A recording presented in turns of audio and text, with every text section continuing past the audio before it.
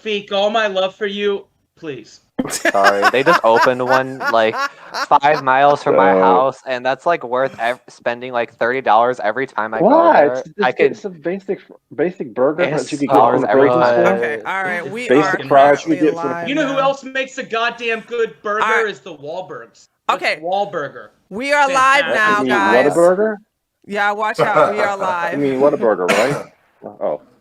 So, hey everybody, welcome to the Big Kids Table, the Treehouse debates. We have our boys here, and I would like to wish them all a future. We have our boys here, and I would like to wish them Oh, all someone's echoing. a future. We have our boys here, and I would like to wish them all Someone's echoing. a Every time. Jupiter. Every time. Okay. You know, you think you get a streak of it actually working. Oh, we're live. These are amazing. All right. Wait, who was that? To a good start.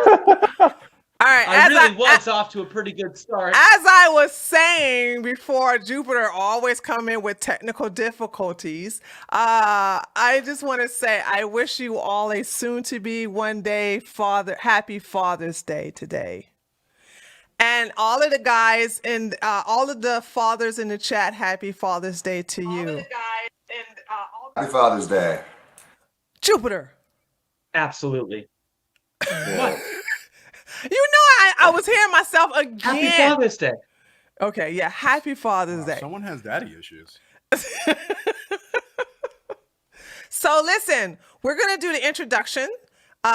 Katz is not here at the moment. He's away with family, and Trip is currently having some medical issues, so he's not able to attend. But he said he'll be in the chat to cheer everybody on. Wow. So let us all go around and start with Felix. Now, those of you who are watching this, the bottom is more people of a central or left leaning, and the top is more of the.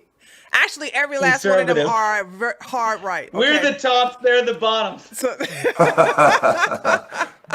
Never been so Our bottom called out. is a preferred terminology here. so here we go. Let's go start off with the introductions and start off with Felix. Felix, go ahead. Your turn. Hi, happy Father's Day to everyone who's soon to be a father or is one and is denying their kids. You should pay your child support. But shush, Jupiter, fix your mic. Also, happy late Juneteenth to everyone living in cities like Chicago, like me. It's lots of fun. But yeah, right now just chilling enjoying life, and be glad to be here, Tree. All right. Next Segue. we have Archer. Archer, go ahead. Your turn. Alrighty, how's everyone doing? My name's Archer. I recently just left the Republican Party. I'm sure half of you guys are glad to hear that. I'm now independent, not a Democrat, but yeah, I like to look at things issue by issue, and when you look at things issue by issue, the Republicans just fail at it, and the Democrats do as well. So hope to have some good conversations. Now, Archer, you got to admit, when we had that private 2.5-hour debate where I was like, "You're not a Republican," was I right or was I not right? Wasn't I right? Wait, I'll say this. I'll say yes, you were right. But what you guys have the ability is you guys are looking at me externally. I'm internally trying to understand everything. And when you have an external view of things, you've been a Republican for 4 years. You know, when you start leaving the party, it's a little bit hard to grasp that fully. But you were right, Trey. Yes. Okay, thank you. I love being right. All right. You're right this one. I will say, that's all I concede. Archer, I will say this, Archer. I am happy about this because sometimes I get a little, and I've told this to Grimace before, I get a little guilty when everybody jump on Grimace. Now, don't get me wrong, Grimace got the balls of steel. He'll stand his ground, and it'll be just him against basically most of the panel. And so I do feel guilty of the gangbang there. But the thing about it is that now... Take it. Yeah, he can't. As I said, Grimace got so much respect for me because I don't really see anybody who has left-leaning views that can come onto my panel and handle real right-wingers, not these milquetoast centrists on Twitch who are just saying, I'm socially liberal, but I'm financially conservative. That bullshit. Like, we have hardcore right-wingers here, and he stands up to them. So I admire somebody who's brave enough to do that. So I am kind of glad that now Grimace has some backup. So I'm actually happy about that. So, but Happy anyway, to join the power bottoms. so without further ado, Grimace, go Jesus. ahead and introduce yourself. You are muted. Muted, Grimace. You are muted, Sorry, Grimace. twitch.tv. You hear me now, though, right? Yes. Yeah. Very good. Okay. Yeah, twitch.tv/Grimace. Follow me there if you like video games and politics at the same time. Twitter.com if you want to see me argue with people on various sides of the political spectrum. Tree, I've recently, I spent a really long time looking into critical race theory. I've got like documents, and I had people from your community come over to mine and actually help me out with some of this information. And I couldn't find anyone at the time to debate it. But with the whole, I guess, CRT like cropping up in the news again, like I've actually been able to do that now. And goddamn, it feels nice to know everything when everyone else knows absolutely nothing. Yeah. So, thank you, and thank you, community, for that. Yeah. But for Archer, just remember the words of Ronald Reagan when he said, "It wasn't me who left the Democratic Party. It's the Democratic Party that left me," and it might apply to your current situation. Hell yes, amen, brother. This is so great. And next we have I ship it. BJ. BJ, go ahead and introduce yourself. So speaking about Republicans, I'm not a Republican either, like Archer. I'm a conservative. After Republican Party, I'm very far to the right, and so you don't need to say Republican, Democrat. You need to pick a party, but you can still say where on the spectrum you are on most issues. And I think that I align mostly on the right on the issues we'll be talking about. It's Big Bad Bear Jew. I'm Jupiter's older brother. You can find me on YouTube or Instagram at Big Bad Bear Jew. And I'm gonna have a good time tonight. All right. And next we have Rafiq, one of our celebrities here that's so loved by the chat. Rafiq, go ahead and introduce yourself.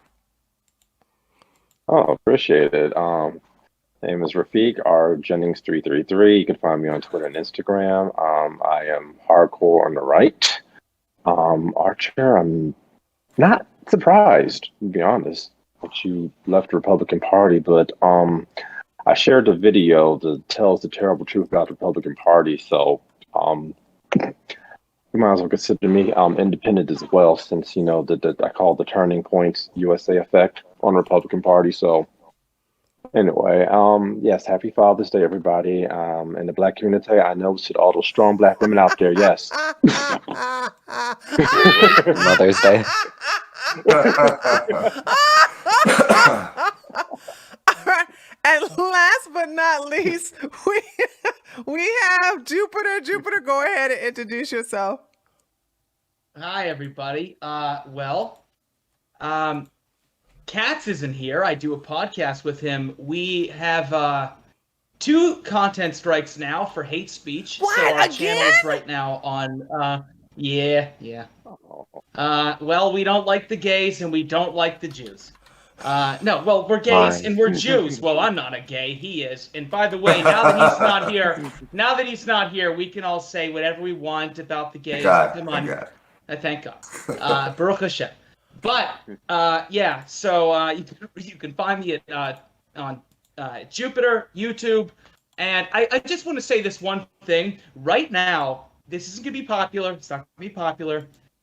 There are political prisoners, a lot of them not charged with any crime, and the ones that are being charged with trespassing, being held in solitary confinement without bail in a jail in D.C. that was opened up just for them. When the cops literally let protesters, they're like, oh, come on into the Capitol. And these people are literal political prisoners. And just pray for them. And Republicans don't talk about it. And they don't Talk say about a them. goddamn thing Don't because say they're it. so Don't say weak. it. And Go for it. I'm Jupiter. Hi, everybody. Good to see you. Well, they haven't had a backbone since Goldwater, so Yeah, right. No lies detected. Okay, Yeah. I really can't. No lies detected. I'm not even gonna. Y'all know how I feel about that. Okay, well, thank you so much. So listen, guys, I do this panel once a month. On the third Sunday. Unfortunately, it fell on the Father's Day, but I was like, I'm so busy. I don't want to postpone it to the fourth Sunday. So I'm really glad that we had most of the guys to show up. So we'll do this every third Sunday of the month at 8:00 p.m. So let's go ahead and get started. And I sent you guys your questions plus some sources. And so we're going to talk. I'm going to read off the first question. Biden is now back in America after meeting with other world leaders at the G7 summit and having a personal meeting with Putin. Give your opinion about his visit. Do you believe it helped America or did it hurt us? And also, do you agree with Trump on his assessment of the situation? And we'll talk about the bonus one after that. But what we're going to do is, for those of you who are new to this channel, we do a 2-minute intro.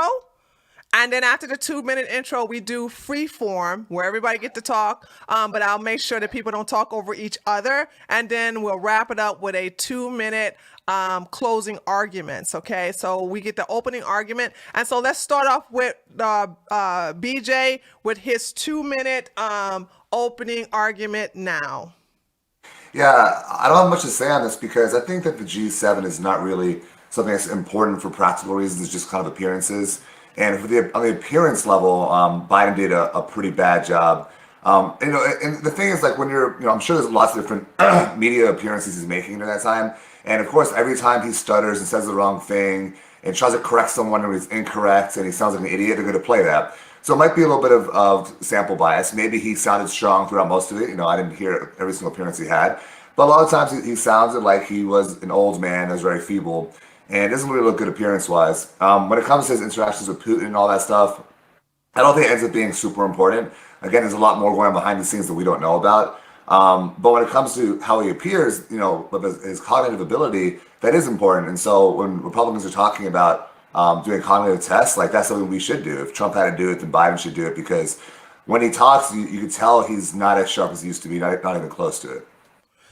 Wow, you had a minute to spare. All right. Okay. I'm gonna be short. Rafiq, your turn. Go ahead. Your 2 minutes now. I mean, I don't understand why people are shocked and outraged. I mean, Biden's cognitive abilities has always been questioned. I haven't paid attention to G7. It just looks like a publicity stunt where they're doing the little elbow thing and all that stuff. It just looks silly to me. So, but I did hear that the Russians was making fun of Biden. In fact, I could show a video by a Russian talking about how he got lost at the summit or something, which was kind of funny. And I think there was an issue. We did meet with Putin about exchange of political prisoners for cyberspace crimes. And of course, Joe Biden didn't understand the nature of it. There was a Twitter tweet with his advisors looking at the meeting, and they were just looking all just tense and just like really concerned. And I think one of them had to jump in to clarify what Biden meant. Well, not clarify, but, say what Biden should have said, in dealing with Putin. So, there's no reason to be surprised. This is the demand that Americans wanted to have, some Americans. And, just going to have to deal with the consequences. And the left knows this. They're saying this behind closed doors. I just know they are. If they're not, then they're just in complete denial, because it's going to come to a point where they can't hide everything that all of Joe Biden's mess ups, which they're not. And some might just get tired of have to constantly, make excuses and hiding it. It's going to just take cracks fall and pray for Taiwan and probably other countries that rely on American support during this presidency. All right, very good. Okay, next we have, for his 2-minute opening argument, we have Jupiter. Jupiter, take it away. Well, I mean, I think a lot of this is less than important. Obviously, Joe Biden isn't running the country. Obviously, Joe Biden is, there's a French word for yes, it's called oui. And there's a Polish word for, I don't know, make something up, and it's called tarded. And if you put those together, the man is way past his prime. He wandered off on camera, and he had to be grabbed when Trump went. And when every president goes, they do a joint press conference. No. They had to have Biden do a 15-minute by himself press conference. The man is so past his prime. He went in front of the G7, which I agree, BJ, it's fucking pointless. The G7 was meant to combat a country that's been deceased for 45 years. It's worthless. It's really a money laundering scheme. But my favorite part of the whole G7 is Putin has been hacking, Russia rather, our pipelines, our meat and agriculture industries, and Biden comes out with a list of 17 things and says, look here, Putin, come on, man. Here are 17 things that you're not allowed to hack, and literally gives 17 of our most precious infrastructure items and says, and don't you hack these. This is at this point, I'm not going to say anything to get you in trouble, but I will say this, Tree. He totes McGoats got 80 billion gajillion votes. He totally got more votes than Obama. Guaranteed. The man's literally retarded. All right. Next, we have Felix. Felix, go ahead. Your turn. That account Biden posting his own L's on Twitter, they got a lot of material out of this. Just going to say that, first of all. But in the world of Twitter, I kind of question why we need this, considering they can do these lovely things that we've been forced to do for this past year called Zoom calls.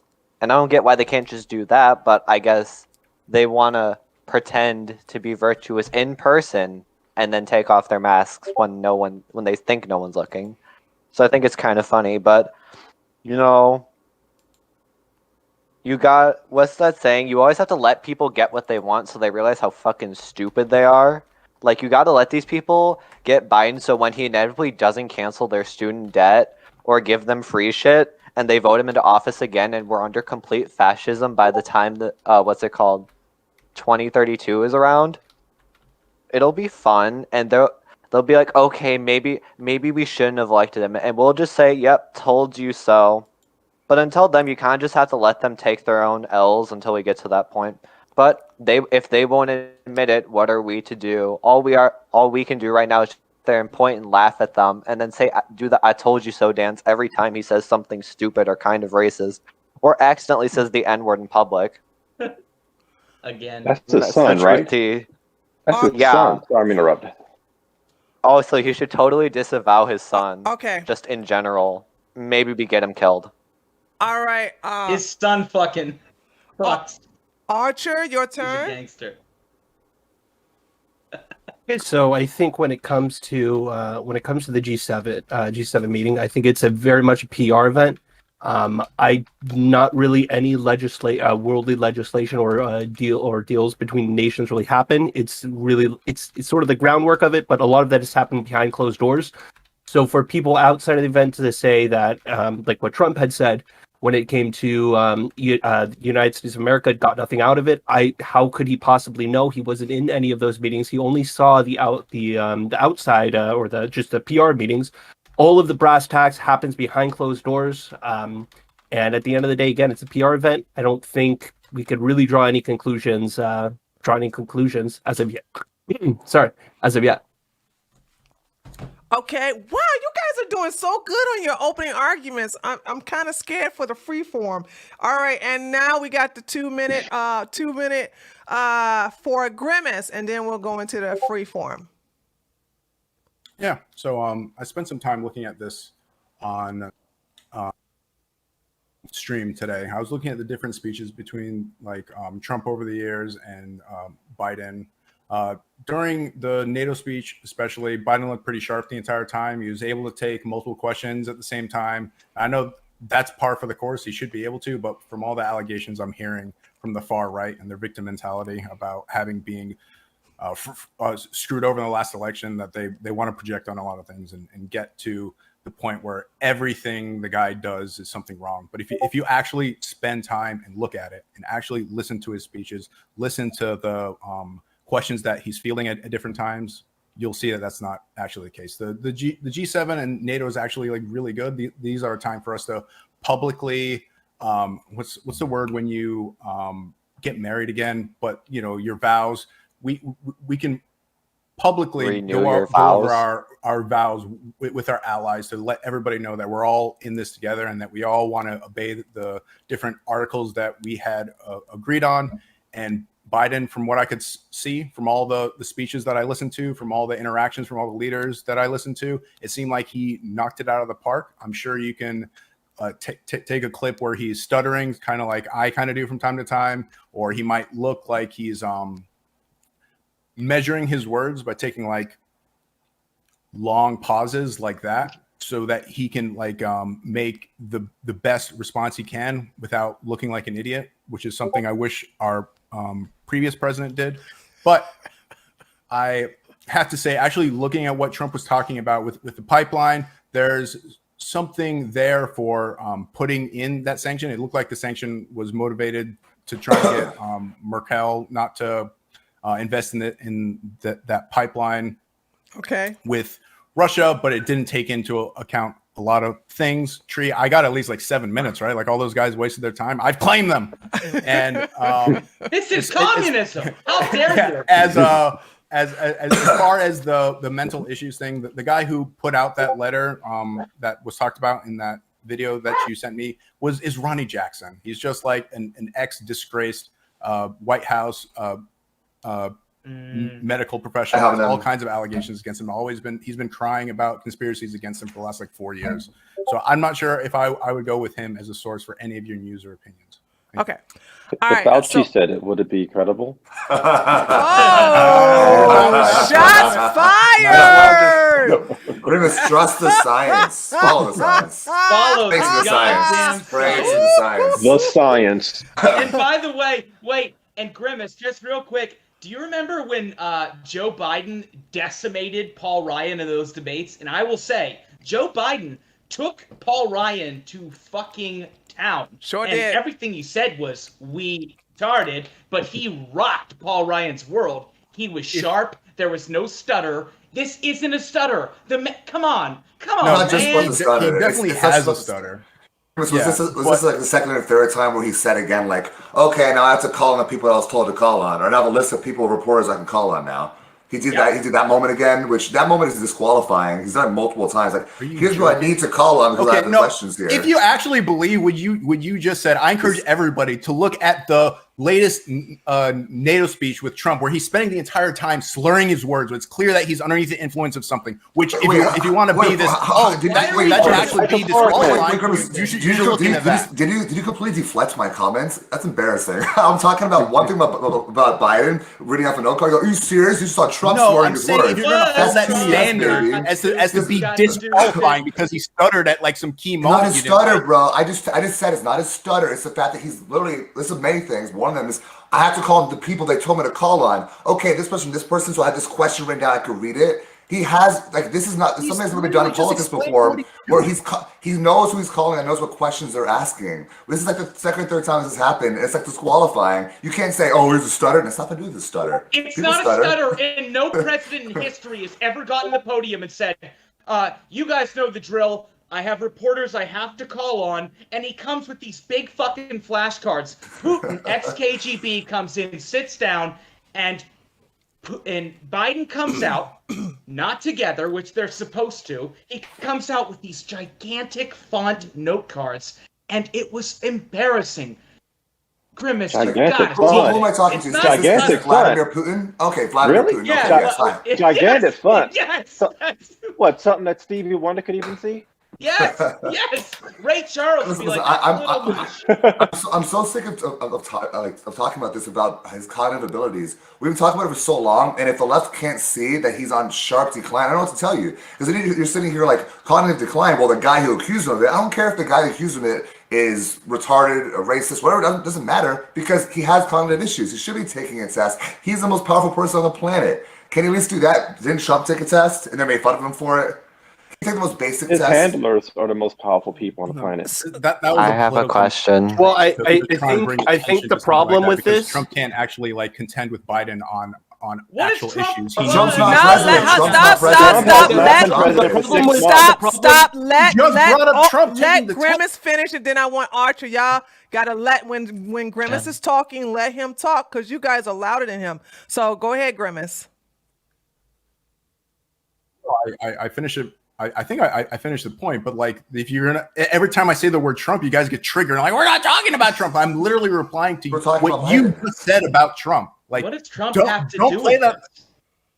this? The problem with this. Wait, is no. that I really want everyone ban the word Trump. All of us. Let's ban the word Make Trump. your point, and see Grimace, how the please. other We're waiting side for it. debates. I was making the point Please about do, the please reason do. I brought up Trump is because Big Bad Bear Jew was talking about Trump taking that test. That's the reason I said brought up Trump. Trump And has as to I'm survive to explaining that this to as the well. audience, Jupiter swoops in here and says, "What does What's this your have point? to do with Trump?" Okay, So what's your I point want then? So what's your everybody, point? especially Jupiter, to work Grimace, on your make your listening. point. No, In Grimace, this make your conversation. point. Grimace, make BJ your was point. actually- Make your point. I already made What is the the point? Then what are you talking about? Why do you bring it up? You did. How about the word Trump gets banned? I'm Jesus. replying to what you said, BJ, about me mentioning Trump. Wait, should he take a cognitive test? I don't understand your points. Should he take one or not? What does it do with Trump? I said said Trump took one already. that Trump artificially created this Actually, you're controversy not answering during the that question, time period Grimace. because No, he wanted to deflect away from the actual I agree issues. with BJ. You're Wait, not sorry, answering what's the his question. name? You're not there answering there the wasn't a question. question. I was responding to Big He Bad Bear asked you G's assertion about should Trump Biden taking take the that test. cognitive test? No, yes or no? Should Biden No, take the cognitive? absolutely not. Okay, there go your Why answer. not? Because that's playing into these little political games you guys are trying to run right now. Here's the thing: is if he takes a cognitive test, and let's say it comes out mostly good, and there's a couple things that are just side little comments, like you're gonna jump on those little things and use it as a total fact, and you already think right now, you've already come to the conclusion that Joe Biden has early onset dementia, when like you don't have his physician's I wish I records. did, You don't Archer. have- Archer. I wish You're I ma- did. That's the whole. Okay, fucking well, you point. could say wish we did. I'm drawing hypothesis that he could have these things. Okay, so but you're so coming at it from my like he has hypothesis. this, My and I want to prove hypothesis this. is that because he sounds retarded, maybe he might be. Or I could say he sounds fucking retarded. He's on stage. We need to have him take a test because he's the most powerful person on the planet. He can't be retarded. Well, I would come at it from the more I just want to make it clear to everybody that we can pull that you say I'll wait till the evidence comes out, and you know what? No evidence.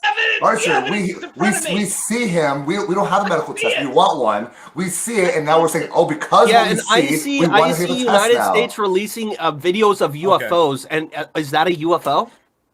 What are we talking about? What is happening to you guys? No. Guys, So like the whole problem with this, I see it. It's applying this. The whole problem with this, because I guess that's what we want to talk about right now, is that this is a political game that people aren't playing. That whole letter that we just saw was from the ex-doctor of Trump and Obama, who was disgraced by the Inspector General. I don't even know what you're talking about. We're making independent conclusions. He's talking about Ronnie Jackson, who was actually Ronnie Jackson had an investigation done let on Jupiter him. talk. Let Jupiter stop. Can Let you guys Jupiter let me talk. fucking speak? Hold on, but you interrupted Jupiter. Wait, he interrupted me. I didn't even get to finish No. what I was saying. I'm watching it. I'm watching it. No, You did interrupt Jupiter. I'm watching it. You did interrupt him. I'm watching it. Go ahead, Jupiter. No, because he interrupted me. Hold on. Okay. I'll be fair. Hold on, Grimace. Hold on a second. Jupiter, let Jupiter talk, and then you can go ahead and take it afterwards, Grimace. Go ahead, Jupiter. Okay, two things real quick. I'll say this first one real quick. Archer, I take umbrage with the fact that you said that I think that Joe Biden has early onset dementia. I think he is well into the mid to late stages. Number two, Grimace, Ronnie Jackson absolutely was not disgraced. He is one of the finest medical officers that the military has had. He's decorated from head to toe, and that partisan fucking report was done by Obama hack jobs. Ronnie Jackson has never been debunked or fucking dismissed. He is decorated and amazing. Even Obama fucking loved him. All right, bring up that report. Okay, go ahead, Grimace. It wasn't a real report. Okay, go ahead, Grimace. Now it's on you. Yeah, so it was done by the Department of Defense's Inspector General. I'm sorry if like every single bit of evidence that comes out against anybody that is saying something that you like, that you have the ability to just dismiss it as partisan hackery. But the truth is that it's not just one report, one person said something. Like, it's a pattern that's been documented and put forth. And also the White House counsel at the time was pushing really hard against backwards against this. And what? Say the thing and then talk about it. What is the Inspector General's report that this guy is corrupt? I shouldn't say corrupt. That he's incompetent as shit, and that he was abusing his position when he was. So your point is that he's corrupt. President. He's corrupt or incompetent. So therefore, I didn't say the report says I corrected. Whatever. I corrected. Okay, whatever it is, a bad quality about him. So therefore, we don't need to see Biden's cognitive tests. What I'm saying is, why do you care about this guy saying this? I'm saying my point is that this is a political game. We've already been through this more than once. You guys keep bringing it up from some odd fucking reason, because this is the only win you can possibly get. You just want to talk about the leader of the free world is retarded. It's a big deal. He was duly elected. If you would just sit down and just actually listen to Biden in these times, like you said, Jupiter, you didn't actually read or listen or do anything when it came to this, and Big Bad Bear, we just heard you say that you actually didn't watch any of this either. That you just I didn't say that. I didn't say that. That you just looked at clips of him saying. Yeah, he absolutely said that. He absolutely said that in his opening. I'm going to say it. I encourage everybody to look at the Grimace. I know the Grimace. No, stop. Let me defend myself. Grimace, stop. I'm talking now. It's my turn. You called me out, so I'm going to call you out. Grimace, mister, everybody's working their listening skills. What I said during the sample was, I listened to a lot of it, and sure, I'm getting a bit of a sampling bias. A lot of my sources are going from one direction. I Thank you for admitting to the bias. That was my point. Your point is I've only listened to those clips. I have not, and I just said that again. You still did not hear me correctly. You listened to all of it? Oh my God! I never said all of it. I listened to lots of it. I'm speaking very clearly and plainly. It's very easy to follow. Oh my God! Ready? Okay, no. I have listened to a lot of it. You didn't listen to clips, but you didn't listen to all of it. Stop interrupting. Let him talk. Nobody listened to all of it. You're embarrassing yourself. Nobody listened to all of it. I listened to a lot of it. I said, and of course, I admit in the beginning. Of course, I'm gonna hear more of the bad stuff than you're gonna hear. What is wrong with saying that? And all the stuff I've been listening to. Yes, sometimes he sounds like he can hold a sentence. Other times he can't. The problem is that you can't have someone who is sometimes getting the mistakes that Biden's making, right? When Biden misspeaks about different countries and that's to be corrected, and he does stuff over and over again, that is a bad thing. These are all things wait. Can we just say this? Okay, let's say he takes a cognitive test and it comes out like what you're thinking. Okay, what's your next step forward? Yeah, unfortunately, Kamala has to be president. I don't want it, but that's what has to happen. That's it. I mean, we're just like that. That's it. That's all you want to do. Biden's incompetent. Yeah, he has to step down, of course. What else are we doing? She's waiting. She's waiting for it. Yes, exactly. You know what the thing about this is? To BJ's to the Grimace BJ argument. Here's the thing: social media, which we're all on, Twitter, Facebook, etc., is very, very left-leaning. And if you can't admit that, then go fuck yourself. Don't care. But we obviously take in mostly right-wing news. Obviously. So we see a lot of this Biden shit that you don't see. But we also are force-fed a lot of the left-wing narrative. It's why every single study shows that right-wing people are much more, have a broader knowledge of left and right-wing issues. But if you haven't seen the videos there's multiple, I can bring them up. If you haven't seen the clear evidence, and it's not a stutter, Biden at one point, despite being a plagiarist, bigot, freak, was actually sharp. If you haven't seen the videos, I can send you some. The man is in serious cognitive decline. And one last thing. Any clip in the 90s. Yes. Sounds smart. Yes, smart. Even early 2000s. Sure. I understand. Wait, last thing. No world leader has ever dared put their fucking hand right in the face of the President of the United States. Boris Johnson and Macron both put their hand in the president's face. Seriously, and go, guys. Stop. Shh. I know you're retarded, but stop. Daddy's talking. true. We didn't introduce the Indian No. Prime Minister. You guys can't do this retarded Bash Brothers thing that you're doing right now. Like what I was trying to say is that Bash Brothers. No, the retarded Bash Brothers. I want to make sure that we get the entire title in there, where you guys are accidentally smashing heads on the ice. The whole like what I was saying. Sorry, is that fuck. Well, what were you saying? That was a dumb That whole Bash Brothers thing did completely derail me. We resorted Bash Brothers. I have a question, Dan. Hold on. I'll bring. No. The only thing. Sorry. The only thing that I want to say is that every single problem that you guys are bringing up, it'll be really easy for me to bring up a clip of Trump doing something analogous. Okay, I have very easily. I have a question. That's the point I want to get out. And if you guys have that, just do a search. I have a question for. And one thing was said. Sorry. One thing was said is that I'm like being force fed left-wing media, and that like that's what I'm engaging with right now. When I say when I'm talking about Biden's cognitive level, I'm literally talking about listening to his entire speeches from front to end. Okay, I have which might be a left liberal bias, I guess. He talks for hours. Biden can't talk for 15 minutes without note cards. Stop it, please. This is one time during the campaign, Trump did 4 rallies in one night in 6. Okay, please. Okay, you're right. No, you're right. I want to pose this. I want to pose this question to Archer. Then it could be a free for all.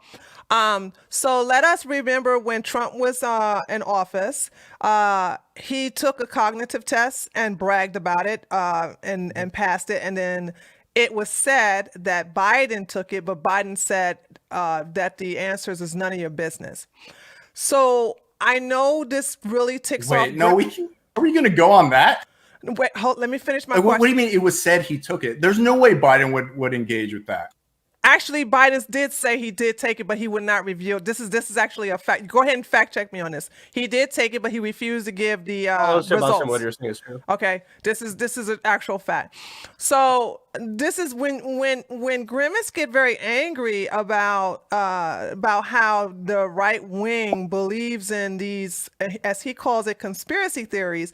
When you have situations like, and I'm building this up, right? When you have situations of Trump actually taking a test and actually have the results showing that he is in perfect cognitive level for he passed it with flying colors, okay?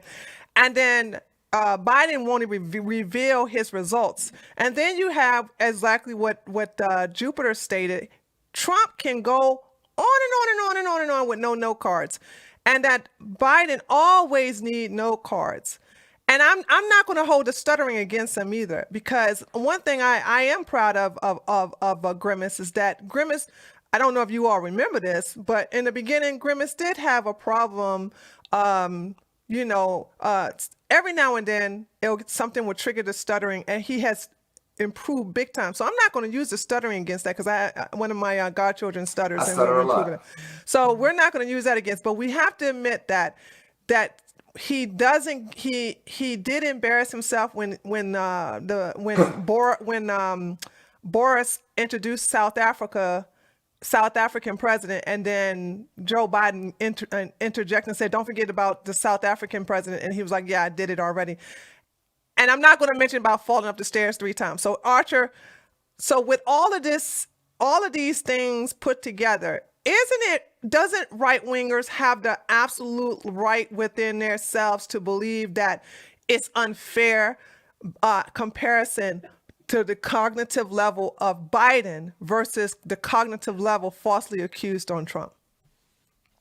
So what part of the problem is when you're asking that. I don't think the problem is asking for a cognitive test. I think the problem is asking for a cognitive test with the underlying conclusions already made that he is this sort of thing, and using that as ammunition towards Joe Biden himself. I think if you're coming at it from, I think if you're mad or pissed off during the Trump years of Democrats doing that thing to Trump, I think you shouldn't be doing that to Joe Biden himself. I think it's a double standard. When people had attacked Trump for unfair reasons or just stupid reasons, and you come back and you do that same shit to Joe Biden, where you call him senile, you call him, he's almost completely demented, and Kamala Harris is going to be president. Listen, I think you are being far too harsh just to make political gains. Archer, you don't think in any way that Joe Biden might be in cognitive decline at all? I do not know. I am not an expert in cognitive science. I am not well educated to make a confirmation guys, you don't have is to be or isn't, and I won't can, pretend to act like I'm an expert in this subject. Okay, Archer, I have a question, Archer. When you talk to someone at a party, can you tell when they're drunk? Can you tell when someone is mentally retarded? You can tell this is not being an expert. You can talk to an older person and go, oh, they're getting senile. Especially if you've seen clips of them when they're younger. You don't need to be an expert and trust the science in every little issue. You're a human being. You can talk to somebody. You're making a diagnosis. You're making a medical diagnosis that you or I aren't well educated enough in the science. Here's no medical diagnosis. Here's this. If you look at a clip in the 90s, you look at a clip today, they're completely different. No diagnosis. Why is that? That right there tells you, oh, maybe we should give them a cognitive test because it's a completely different person than the 90s. Completely different. Listen to the 90s. Completely different person. Why does he have Archer, would you hours? Oh, please. Archer, if you was in New York City and you saw some crazy person pushing by in the subway, would you say they're crazy? Because you know New York has a lot of like psychos running around. No diagnosis. He can't diagnose. What do you mean by like if I see like a crackhead or something like some shit like that? I mean, it could be a crackhead. It could be a crackhead. This could be just an insane person because you know New York City has like a little bit of mentally ill people roaming the streets and one pushed somebody into the subway. But you wouldn't make a diagnosis because you don't know if they're crazy or not. He can make a hypothesis though. I mean, let Archer answer. Go ahead, Archer.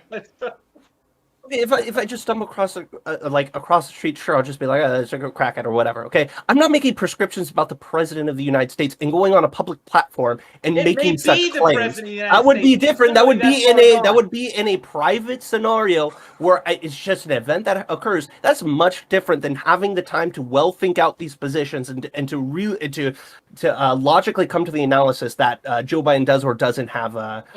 Truly has. We're getting censored on this issue. We're getting socially pressured not to talk about his cognitive decline. Like, you can't talk about that. You're not a scientist. Guys, he's the most powerful person. We need to talk about this. You're not talking about it. You're diagnosing. You're not talking about it. You're diagnosing. BJ, and you guys have a victim complex. Oh yeah, sure. We had to listen victim complex. 4 years about the Let's talk about how unfair crazy. For 4 years. We had to listen for 4 fucking years about the 25th Amendment. Trump is deranged. He's senile. He's out of control. And these are not things that were said.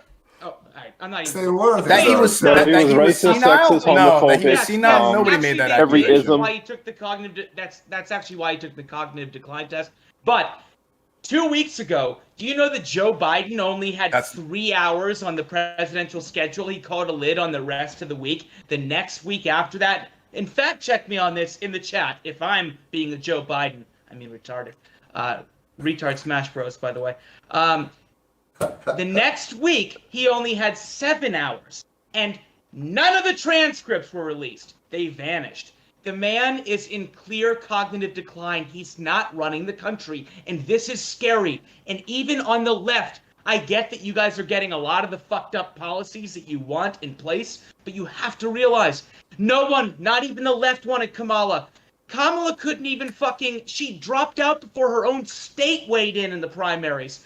They picked Kamala and put her in place, knew Joe Biden would last maybe 1 year. And if any of you in the chat want to bet, I'll bet you $100 right now. Anyone who will take it, Joe Biden doesn't see 1 year from today as president. I don't go that far, but I'll make that bet. I guarantee it. 1 year from now.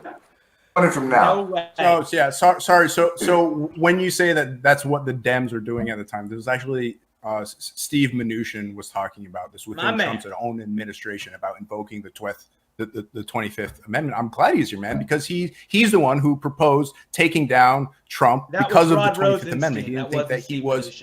Just fucking look it up. Oh my god! I know for a fact who you're talking. It's Rod Rosenstein. Steve Mnuchin is still very close with Trump, and that's not. Yeah, I don't think you're right. Yeah, you're very wrong. It's Rod Rosenstein went to. I'm looking at the. Okay, put it up then. Or a article. Put up the article. You're wrong on this. Will you accept the Hill.com? It says when I saw the report said he's personally talked about it, but he's not going to push for that to happen. Is what I saw. The Hill.com apparently he's involved in discussion. Do you still need me to link it? Yeah. The Hill.com is credible. If they have Steve Mnuchin on record saying that he wanted the 25th to be, I will apologize, but it didn't happen. Steve Mnuchin's not on record. When you say on the record, what do you mean? Is there proof that he said it? That he wanted the 25th Amendment invoked? Do you trust the Hill's resources when they make these claims? I don't trust. When it comes to internal stuff, can you just be honest for once? Hell no. Yeah, I just said my answer. I said when it comes to reports about the administrations and their personal remarks between each other, hell no. You need in this is kind of a side issue issue to not make this true. That's fine. Well, I just said it's a side issue, so I can care less about this. He says Trump's not president anymore. Steve Mnuchin's denying this. Daily Mail and The Hill both report that. He's denying it. It's reported, but he's denying it. I imagine he would, since it was like a private discussion, and they didn't invoke it. Schumer's aide. I don't think we should go down this stupid rabbit hole. Yeah, really, stop. Enough. But no, I don't believe that, and I don't give a shit either way. It was Rod Rosenstein that tried to actually wiretap. I have a question for you guys about the G7, something that we can maybe all agree on, because we went down a stupid rabbit hole. I want to know everyone's thoughts on the stupid. My blood is boiling. The stupid ass. No, that's one thing. The elbow bumps all the world leaders doing to each other. Right? No masks on. They're all vaccinated, whatever, and they're going like this to each other and embarrassing themselves. What do you guys? You prefer them slapping their ass? Yeah, they're leaders of countries. They need to set good examples. What are you talking about? How is that we done the pandemic already. Like what? I don't. Why would that possibly boil your blood? Like this is what I'm talking about. It's all performative. It's performative. Theater. Performative. It's not theater. It's them setting a good precedent for the people around them. I'll get it if you haven't seen it. Did you see the video of them actually doing a photo op with the mask on? Soon as the photographers walk away, they immediately take it off and put it in their pocket and go, and they stop. They stop the social and shake hands and stop doing. So immediately when they're not taking press photos, if they're vaccinated, why do they need to wear? Dude, if this is pissing you off, okay. So my point was that they need to show. Why aren't you guys addressing the argument? Well, wait a minute. I just asked the question. Hold on. I asked the questions, and now we get a deflection. I just said, you guys does that pisses you off? And I was like, doesn't that show some form of hypocrisy when you're only having the mask on for a photo op, but you begin to shake hands immediately when the photographers walk away? Wait. When they did the original, there's a clip. There's a clip of all of them together, lined up, all without masks off. That is not okay. Archer, repeat stop. Archer, repeat my question, because I want to see if you guys are engaging with my question. Repeat. Maybe I'm not understanding. See, this is what I'm talking about. You guys are so emotional. You're not engaging with my question. You're just ready to respond without actually addressing what I'm saying. Okay, so I'm gonna say it again. Right. Okay, I'm gonna be less triggered. All right. The thing about it is that you all are saying that what the right is saying is that this is for performative art. Because if they were about social distancing and they were actually following the guidelines presented by Dr. Fauci, then why is it that they only take pictures of them having the mask on, and then once the photo op is over, they take it off, shake hands, and they don't social distance? That is what I asked. Opening events, they were all together. It was the opening event where they had a big photo op, and it was also taking video of them all together. Repeat my question, Archer. Repeat my question, Archer. Okay, what are the photo ops? What are the photo ops? Repeat. Stop. You're doing the liberal shit. You're doing the liberal shit. I need you to repeat my question. Okay, they're taking photo ops with masks on. Is that your question? No, that's not my. This is what I'm talking about. Listen. No, stop. This is what I'm talking about. If you're not going to listen without daggone ready to respond out of emotions, then don't participate in the question when I ask it. My thing is that I'm trying to show if you guys are arguing in good faith. If I asked you a question, you should be able to repeat it without sitting up here telling me your daggone talking points. So that's what I'm saying. And you can't even repeat my question. Is your question why is it that they have these photo ops with masks on, and then once it's over, they take it off? No. Is that your question? No. I'm going to say it again, and maybe you should write it down, okay? Isn't it hypocritical? Okay, I might be going full autist here. Isn't it hypocritical? Okay, you got that part? Isn't it hypocritical?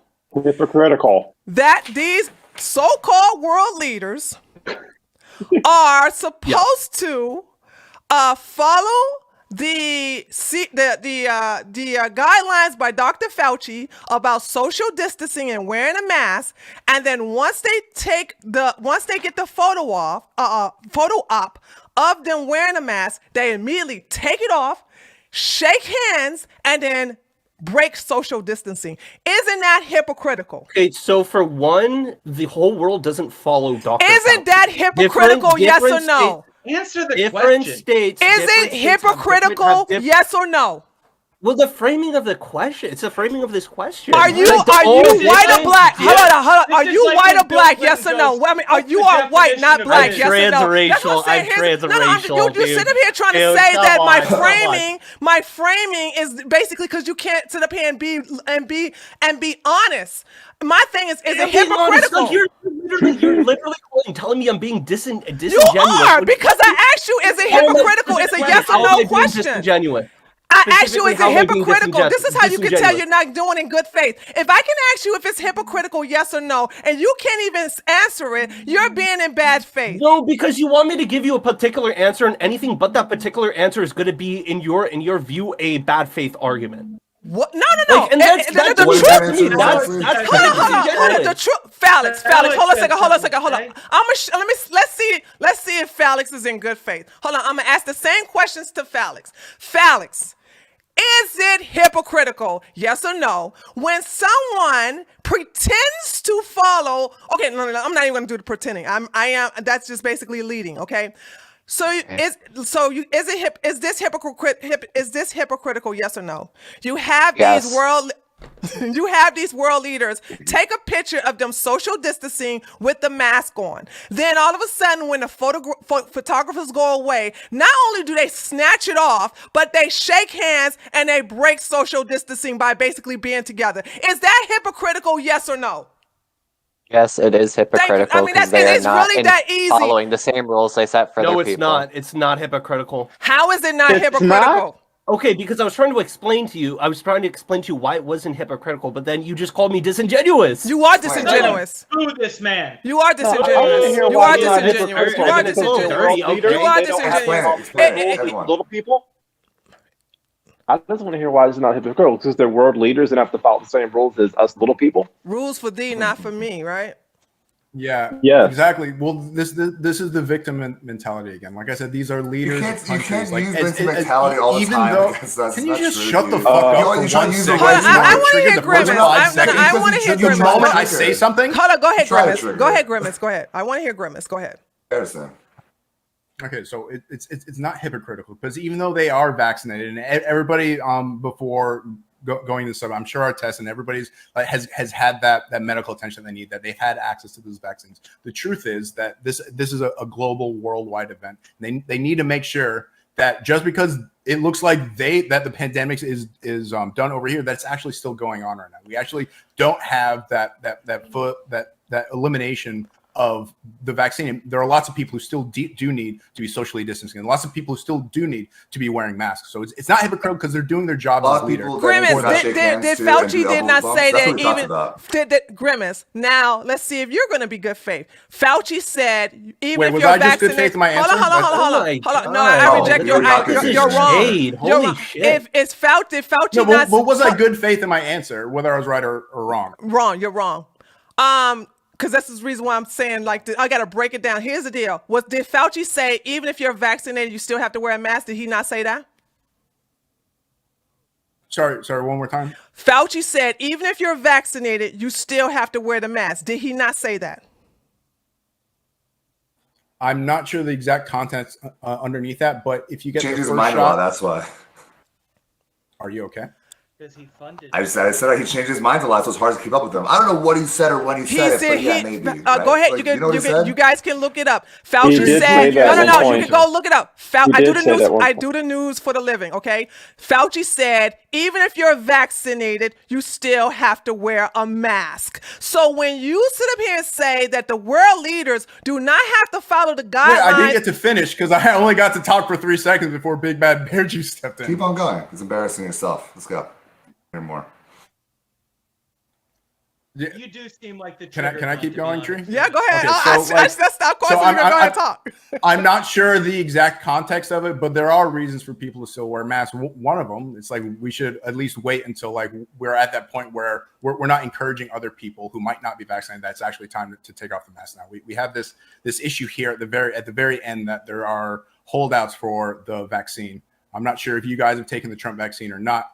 But which one is the Trump we vaccine? need to get to that point first, and like people showing that solidarity to each other is very important. But to keep going on that point, you need two vaccinations, right? You get the first shot, you wait 2 weeks, you take the second shot, and then you wait 2 weeks, and then after that, you're considered fully vaccinated, which only means that you're 90%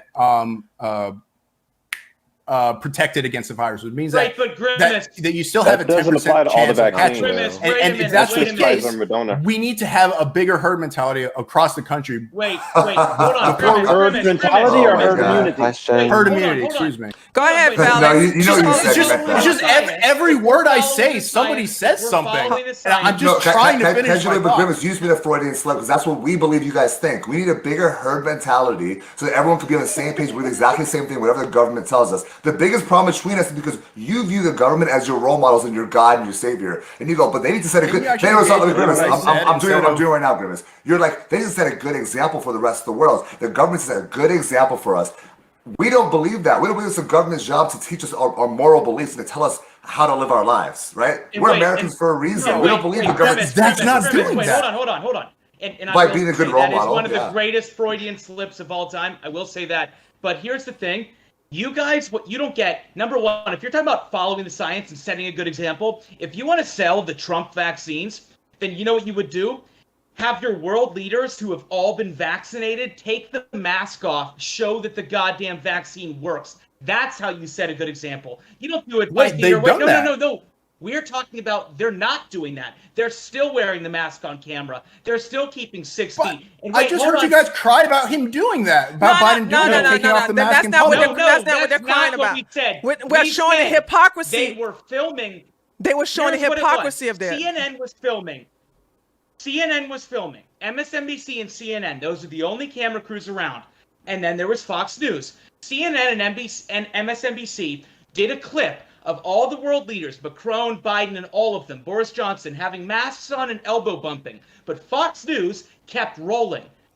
After MSNBC and CNN cut their cameras off, they took their masks off, sat right next to each other, hugged, and shook hands. He believes it's a good example. Agreed with that. Thank you for describing the situation. He believes in a good example. It's not about the hypocrisy. He's like, it's a good example. They could be hypocrites. Right. I'm saying they're leaders of countries that they have people who are not fully vaccinated. They have people underneath them that don't have the ability to walk around without the mask because we don't want to spread it. All of the leaders were vaccinated. Every last one of the leaders were vaccinated. Who's going to get vaccinated here? There's a big super chat. Just hold on. Grimace, are you for or against shaking hands? Okay, so I don't want to spread the virus, and I don't necessarily know if the person who I'm shaking hands with has the virus.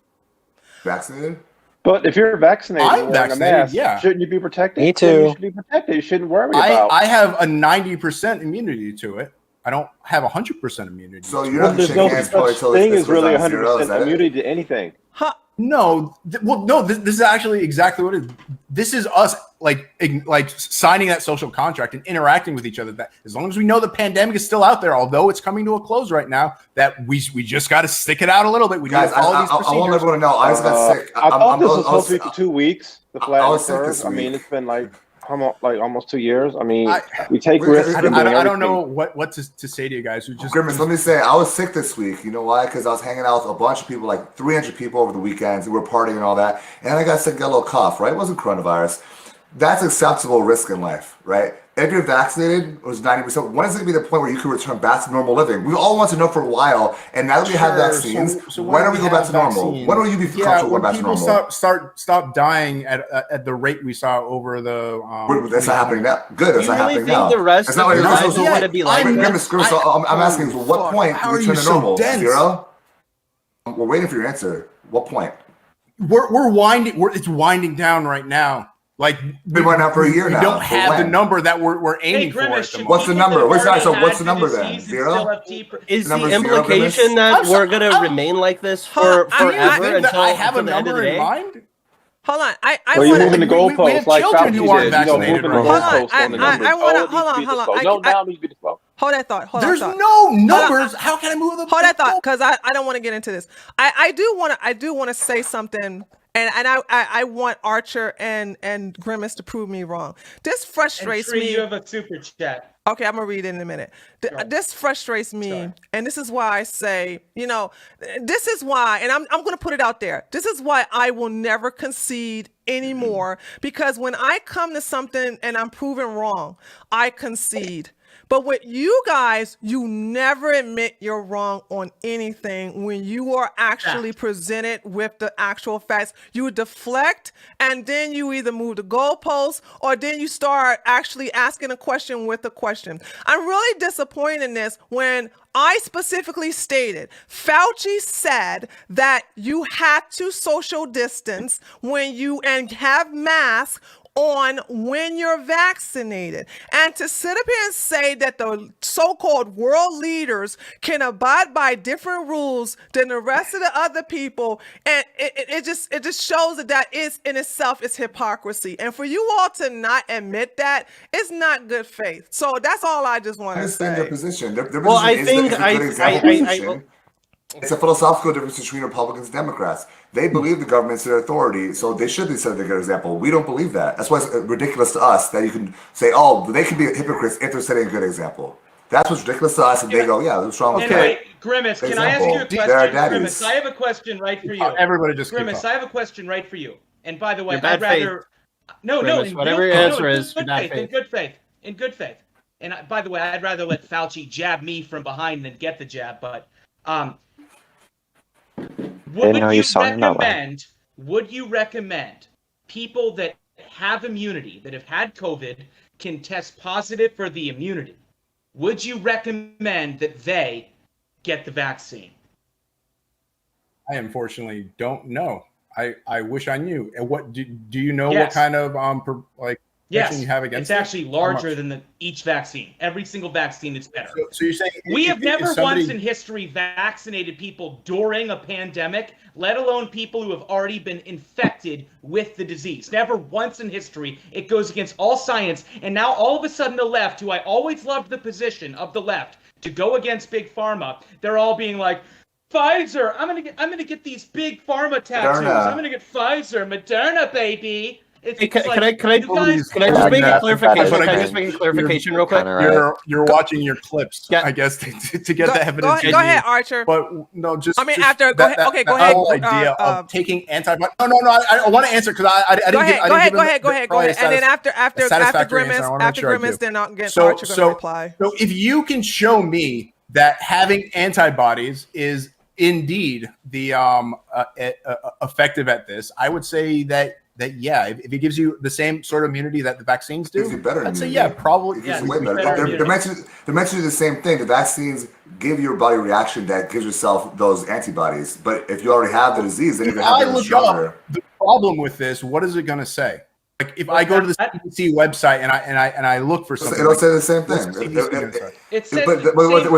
But what they're going to say is that we don't know how long natural antibodies last for. The problem with that argument is that, okay, we don't know how long it lasts, but we know other diseases, they last a very long time. It could last the rest of our lives, for all we know. So they go, oh, we don't know how long it lasts, we should do the vaccine. Well, we don't know how long the vaccine antibodies last for either. Let me just make this real quick clarification. My brother is in chat. My brother is in chat right now. That's not me chat typing. Okay. Just in case it's stuck there in Tree's live stream. Let me read this super chat. Sharing video clips, news articles, quotes, and scientific articles should be a requirement for the big kids table at a certain debate point can be easily unproven to everyone. It does not matter.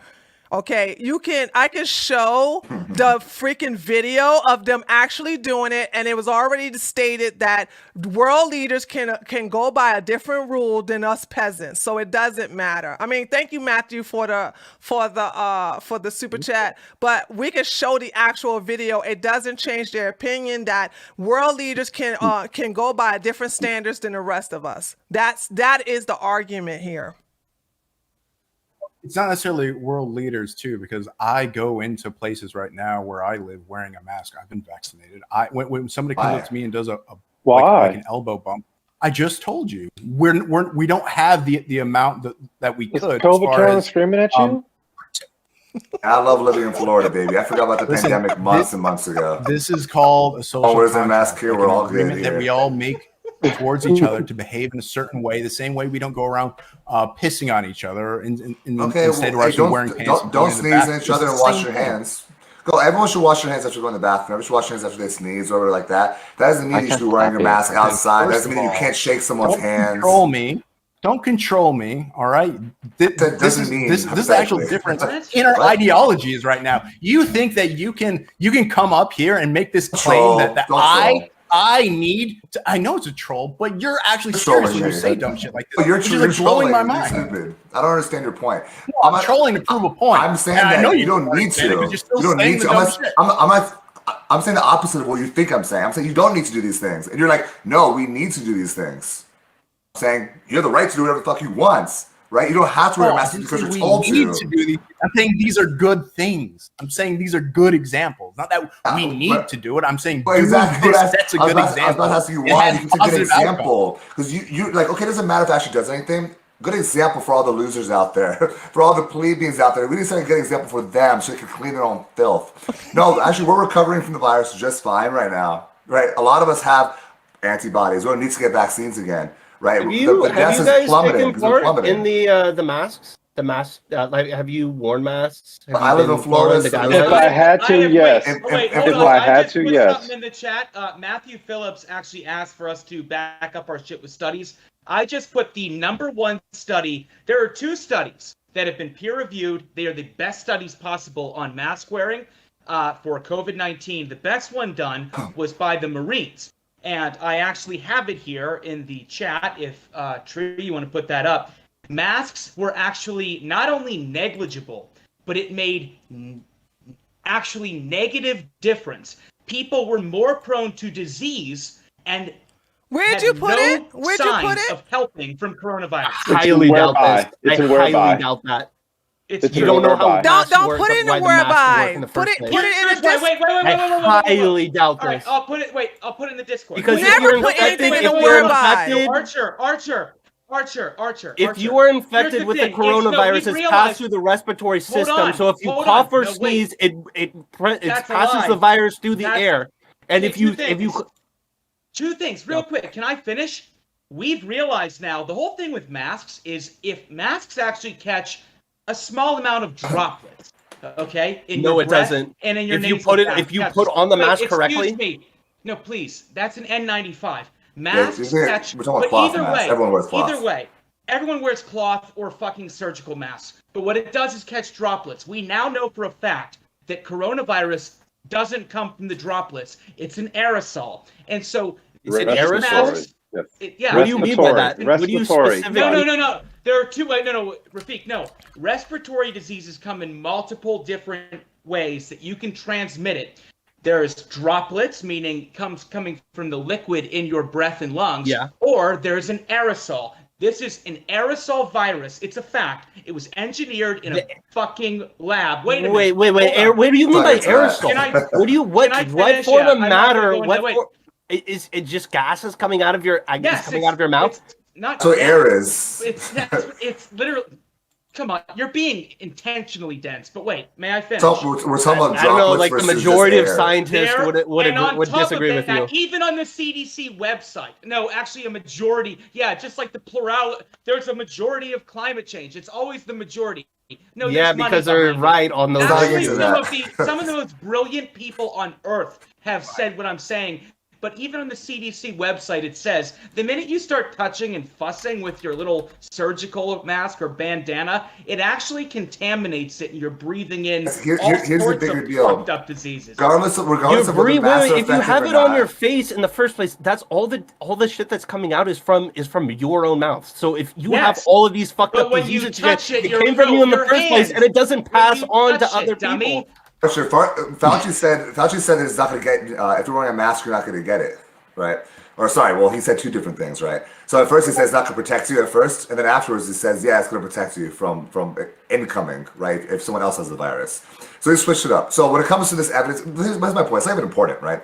What is important is this, is that when he talks about people getting it, Grimace, I'm in the middle of talking about you too. Grimace is a young man, he looks healthy to me, right? Maybe I'm completely wrong.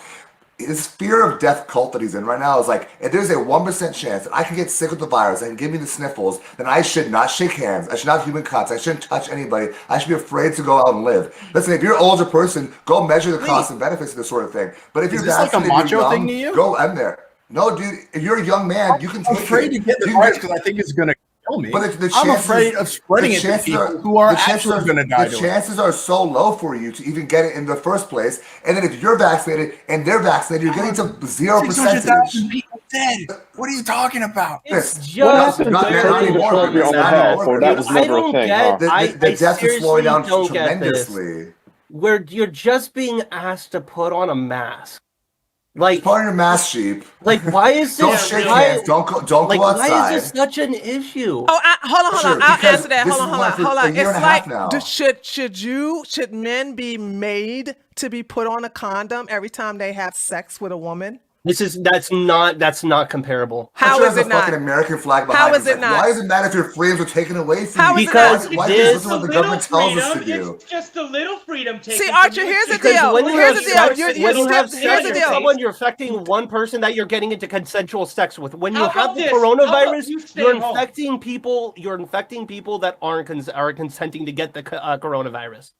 There's more to life than hold on. Wait. I can just destroy that argument. Listen. First of all, there is no evidence that everybody who has unprotected sex has an STD. So therefore, that was a false accusation. Also, there's no evidence that people who are not wearing masks have the coronavirus. So therefore, if you're gonna make healthy people wear a condom, then if you're gonna wear healthy people wear a mask, then you should healthy people wear a condom too. So this is what I'm talking about being consistent. This is what I'm talking about being consistent. This is the trust between people. When somebody puts on a condom, we're like acknowledging that like we're actually going to combat pregnancy. Condoms are actually effective, and either way, you're not gonna force me to put on a condom or a mask. But here's the deal. This is where we show consistency. I agree with Grimace. Can I agree with Grimace? I agree with Grimace that a year ago, at the height of the pandemic, when we had no vaccines, I wear my mask going into the supermarket, and I should because we can spread it to each other. The numbers have dropped off tremendously. I am healthy. I already had the virus. Everyone else around me that's older and successful has already got vaccinated, right? At some point, it has to be, okay, the risk is so low, we can go back to normal. But you guys on your side are saying, no. It's never going back to normal, baby. This is be for the rest of your fucking life. And we're saying, hey, guys, at what point we drop it? I asked you. Okay, Grimace, I asked you before. I said, what level we're stopping? And you saying you don't have a number. I'll ask you again for the fourth time today. You want to answer it. Grimace, this is a nationwide effort. It's not my personal opinion. Grimace, I'm asking, because you wear a mask or not. So you can tell me what your opinion is on you wearing a mask and you just going shaking hands. When the CDC says that, sorry, we can't bribe enough dumb fuck conservatives to take the vaccine now. So I guess at this point, you can stop wearing a mask.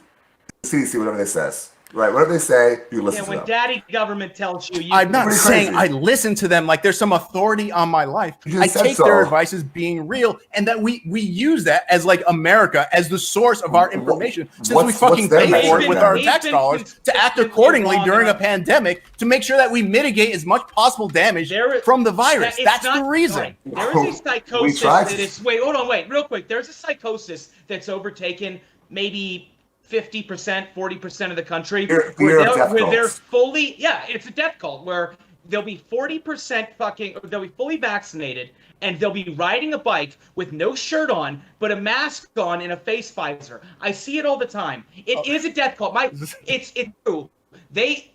people that I know that have COVID in my family, the liberal members of my family, the two of them, are begging them to get vaccinated, which is absurd. But it is a death cult. It is a death cult. And there are people fully vaccinated that say we're never taking our masks off, either because we're too scared or because we don't want to be seen as a Republican. This isn't science anymore. It is a death cult. It absolutely is science. You're rejecting the science. So That's what you're doing. I have a question. You're rejecting the science because it Risk. doesn't, because you feel like it's an attack on your freedom. It is risk assessment, guys. It is risk assessment. You guys are so on the opposite side of where you should be. Everyone can make their own cost benefit analysis, but at one point, 500,000 people. Sorry, 600,000. That's over a year and a half. Okay, no. Let me ask Grimace. Okay, so how many deaths were happening today or yesterday? What level are we at? Do you know? Does it matter to you? I know it's low. I'm How low are we talking glad about? that at least enough people have taken the vaccine to actually help like bring these deaths down. But like I said, we're relying on a central institution that we pay for, that we're all signed through this social contract to agree that they're giving the best possible advice. And when they give bad advice, that they correct it. And we all make sure that we're paying attention, doing the best thing we can to help our fellow citizens to mitigate as many possible deaths as possible. Their advice is not about lifestyle decisions. Hold on, I have so a of course, question. anything they say is going to be like, okay, we need the greatest, we need the lowest amount of death possible, the biggest precaution you possibly have. And coming to the CDC, of course, they're going to say every time you go and eat a meal, you should probably wash your hands, right? Because to them, it's all about one side of the equation, not about the benefits. You're the human being that says, okay, at what point in my life can I go and do something without taking the biggest precaution? That's the human being that you have to make that decision. Not the government can't make that decision for you. Okay. Let's look on your face. I have a question. Hold on. Wait. To Felix, Grimace, and Archer, what do you say to somebody like me? Since you guys are saying like, I want to make sure I'm not putting words into your mouth. You're saying that healthy people should be forced to wear a mask? Yes. Why? No. Okay. When you say forced, what do you mean forced? Well, Archer. Hold on. Archer, stop. Socially or government? Hold on. Stop. I got it. Archer wants us to be federally mandated to wear a mask. That's forcing me to wear a mask. That's what I mean. When you go out, under certain circumstances, when you go out to public, no matter how you dress it, it's still a federal mandate. Correct? You don't have to dress it up. Okay, fine, whatever. Okay, you should. So that's okay. Then you don't have to qualify it because I'm saying exactly what you're saying. I am not. You don't have to. You don't have to qualify it. I said exactly what you said. Archer says we want to be federally mandated to wear a mask. That's what I mean. Forced. Grimace. Yes, I've taken by that. Archer, I just repeated your argument. You don't have to qualify it. Grimace, that's what I mean by that. Oh, okay, so do you want me to answer the question? My question is, sorry, you do. Should healthy people be forced to wear a mask? No, nobody should be forced to wear a mask. Okay, that's all. At this point, anyways. Not ever. Like, no physical force. Pressured socially, since we need to do this shit together, and we need to understand that this is something we can only like conquer together. But a counter question for all of you to consider, because this is what would change my mind on forcing masks, is if we had some Black Plague type virus out there that killed 1/3 of every single person. Okay, 1/3 of it. I want everybody engaged with this in good faith. 1/3 of every person who contracts it and is as spreadable as COVID-19. Would you then, and then we would have the same kind of anti-vaxxer, anti-mask type crowd that we have right now. At some point when we realize that we can't get enough people vaccinated to get us herd immunity, would you say to actually eradicate the disease? Would you say at some point the government has the right to step in on behalf of its citizens to save civilization? Yeah, civilizations rise and fall, and we had that with the Spanish flu. What you're saying, Grimace? One third of people contract Grimace, I'll answer it honestly for you. We're not dealing in absolutes here, so I agree with you. There is always different factors in play. If it's that deadly, if it's spreadable as coronavirus, then yeah, the government could step in. Again, like the question is, at what point does that happen, right? I'm not saying the government never has the power to step in, right? But the problem is that coronavirus is not 1/3 death. Your principle here no longer stands. No, it's not. what was my principle? My principle is not that the government never has the right to do this. I never said that at all. I'm saying the government doesn't have the right to do this in this particular circumstance. In your opinion at this time. Yeah, because I'm a human being, even my opinion. You're asking for my opinion. This is subjective to you, right? Grimace, your principle is that they sometimes should be able to jump in. And I agree with you. So why are you arguing with me? Yeah, and B, wait, hold on. Let me finish the point.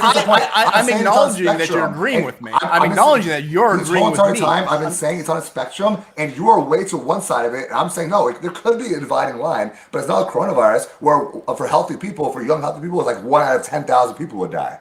Right? Or I agree with that as well. But I'm just saying that this puts an emphasis on what you say when you talk about principles and the government not being able to do these things. That there are times. Can I answer that? You asked for good faith. Here's good faith.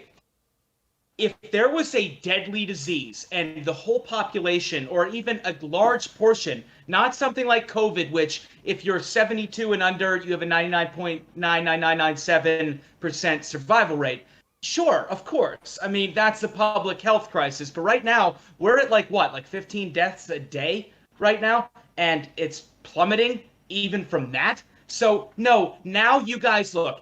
If you're scared, this is not answering the question. Good faith, by the way. I don't even think you held this position beforehand. You've been against masks for the past year now. Yeah.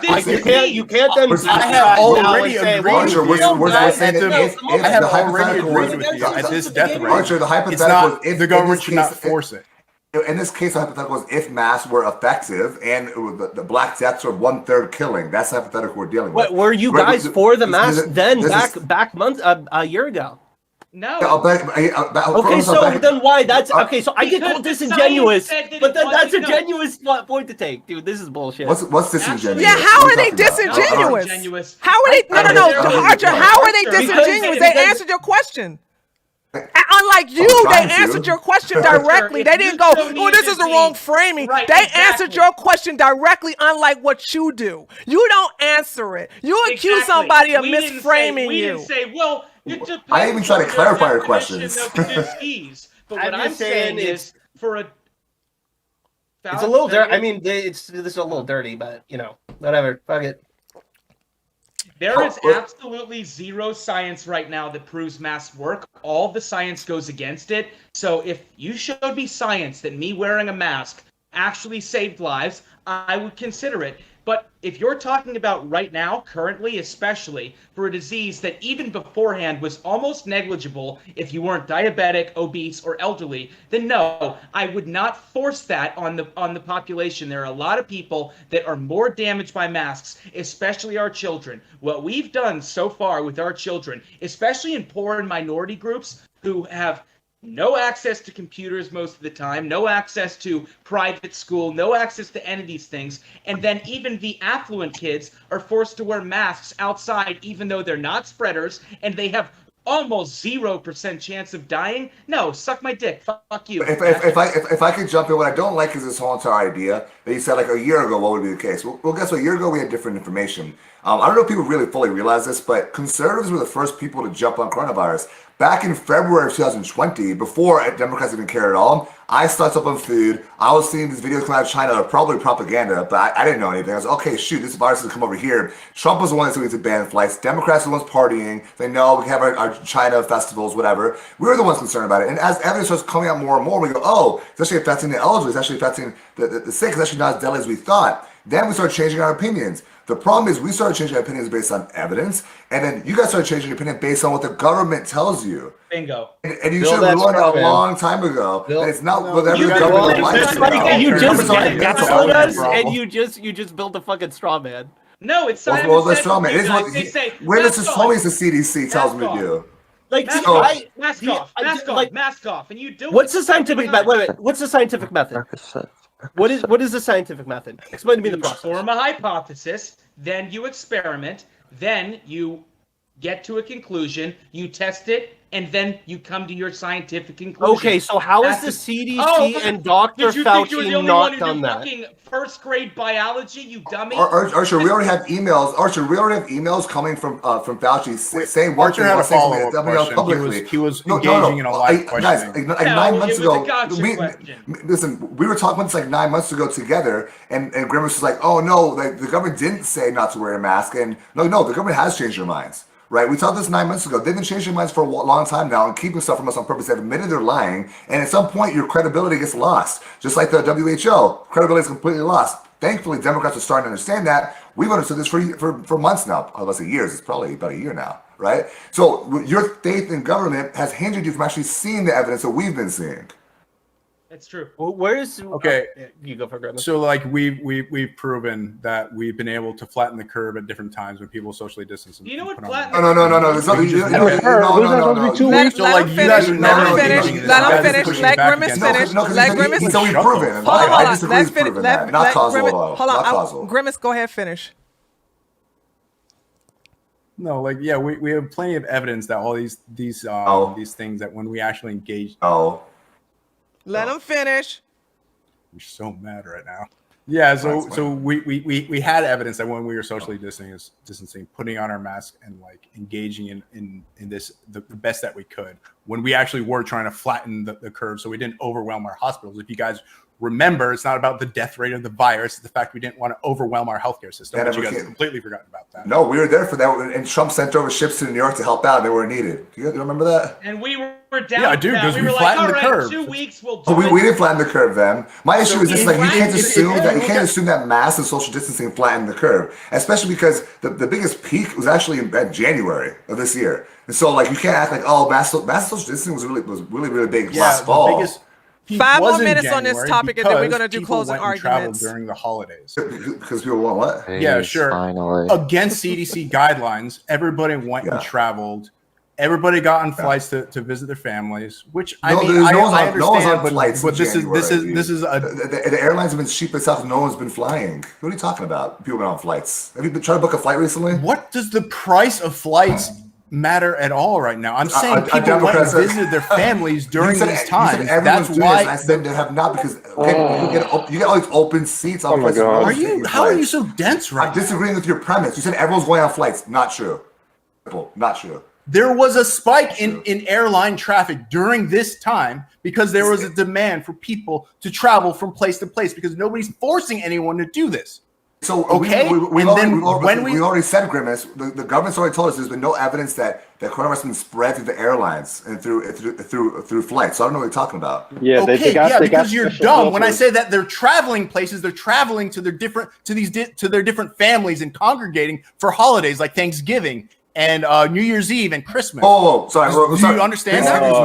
Thanksgiving is November, and then Christmas is in December. This is mid late January. You think you can literally look at the spike. The big spike started in December because it's a 2-week buffer in times like this. As soon as you shoot up that travel like that, you can expect to see a difference in 2 weeks. It's kind of the same shit we saw in Florida when they loosened their standards. You wait 2 weeks, you see a giant spike, and then you see a lot of people dying. That never happened. Guys, right after, you can literally look at Johns Hopkins COVID map and see the different conditions that were happening during the biggest spikes through the start of the pandemic. We've been open. I've been living in Florida. We've been open for a year now. Life is normal. No mask, no social distancing. We've had a lower than average death rate, and we have the oldest population in the country. Why is that? It's not a causal relationship between mask and deaths. Okay, you can't say, mask will cause deaths to go down. And I don't know why these guys keep going back to California. Oh, well, they say, wait, Florida? No, it's because of the weather. It's like, well, California has a way fucking worse death rate, and they way had higher lockdowns. The concern isn't death rate, guys. The concern isn't death rates. It's overwhelming the fucking 2 more minutes. That never happened anywhere. It never happens. I know. The concern is the death rate. It is the death rate. It's not overwhelming the hospitals. That never happens. Oh, and also leaders and Instagram celebrities and YouTube are going to Florida to party while they're telling people to stay at home and wear a mask.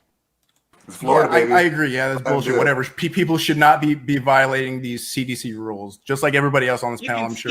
But what I'm saying, when it comes to that, when it comes to the spot, when it comes to the spike in infections and deaths that happened that, like you said, crested in January can be literally easily traced to the fact that so many people traveled during the holidays. I'm looking at I have a bunch of stats in front of me. Here's the only problem with everything you're saying. Everything you're saying is your opinion, like you like to say that I give. No. What you're saying, you make causal statements to go, this is the cause of this. This is the cause of how, because they both happen around kind of maybe the same time. That's so actually not what I'm saying. I'm saying that there's a giant indicator that when people travel during the holidays, it's so they can gather for the holidays. You said social distancing is what flattened the curve. Can you contend with what is the evidence for that? No, the first thing you talked about was social distancing. I'm not saying wrong. You were saying masks and social distancing flattened the curve. And I was saying wrong. I took you 5 times, so I know what you were saying. And now I'm asking you, what's the evidence that social distancing flattened the curve? There isn't. It's correlational. Okay, so I don't know why you started talking about that when we're talking about the fact that people are flying during the holidays is an indicator that people are congregating to meet for holiday dinners. Do you agree with that? Well, my entire point is that the flights were never going crazy. Do you agree with that? So travel, travel does indicate that people are congregating. I mean, the holidays indicate that people are. So don't pretend I'm trying to just do a correlation causation fallacy here. That is still correlation causation. Okay, we're gonna wrap it up. You're saying. No. Yes. It's actually literally impossible to say that anything is not like causally related. You actually have to give reasons and engage in the scientific method. And, no. And for some reason, are you saying that's not actually true? How would you prove that? How would I prove what? How would you get past the causation there? What would be the evidence? So you saw any other alternative cause of why cases go up? Because cases have gone like this for a while, went up and down, right? I agree. The spike started in early November, and it lasted until like late March. Well, we were told from the very beginning that there'd be a spike in the winter anyways. And so is it associated with travel? It could be. Could be. We don't know that for sure, right? My entire point is this, is that when it comes to mass and social distancing, your first claim right there, where is proof that flattened the curve? Because we started wearing mass and social distancing way early on. All right. Before November. Yeah, okay. Yeah, we did. Okay. That's why you can see how further down the cases are during that time period. We're going to do closing arguments. And then they didn't flatten the curve later on. We're going to stop. Okay, we're going to do closing arguments because I want to do at least some hypothetical here at the end. So let's go ahead and get off of this and then do some closing arguments. We're going to start with Felix. Felix, I'm so sorry. I meant to call on you and then it got a little shouty and I totally forgot. My sincere apologies. Go ahead with your closing arguments, Felix. It's okay. It's okay. They need the shouting match. I think it helps. It's like therapy. When you scream at your therapist about how like things are going wrong in your life, you feel better afterwards. So I beat my wife. Exactly. It's cheaper to beat your wife. But like 6 eons ago when we were talking about the G7, I don't know. If we were like ranking Biden compared to like Obama, Biden got like an F and Obama got like an A+, if you need some way to like judge them based off each other. If we're going by just how they presented America on a national stage. And I'm not saying a certain other president. Can you compare that to Trump? I'm not using the T word. I'm not using the T word because Obama's a better closing comparison. Arguments. You guys cannot interrupt each other during your closing arguments. Go ahead, Felix. Yeah, that's about it. I'm not gonna touch the coronavirus stuff. There's nothing I could add. All right, Archer, your turn. You can. I'm sorry. Did you finish, Felix? Yeah, I'm done. Okay. Archer, your turn. I would encourage everyone who said that the attacks that they made on Trump that they thought were disingenuous and just irrelevant to Trump as a candidate. I think that you should be doing the same for Biden, and I think it's pretty hypocritical when you go around and do the same thing that they did for Trump. Yeah. Okay. Shut up, lib. Grimace. It's funny because that's what socialists tell me. Rafik said that was which is funny. Shut up, lib. That was Rafik. I'm sorry. That's the actual horseshoe. Yeah, as far as like President Biden's performance out there, since I spent so much time actually looking and listening, I thought he did a pretty good job.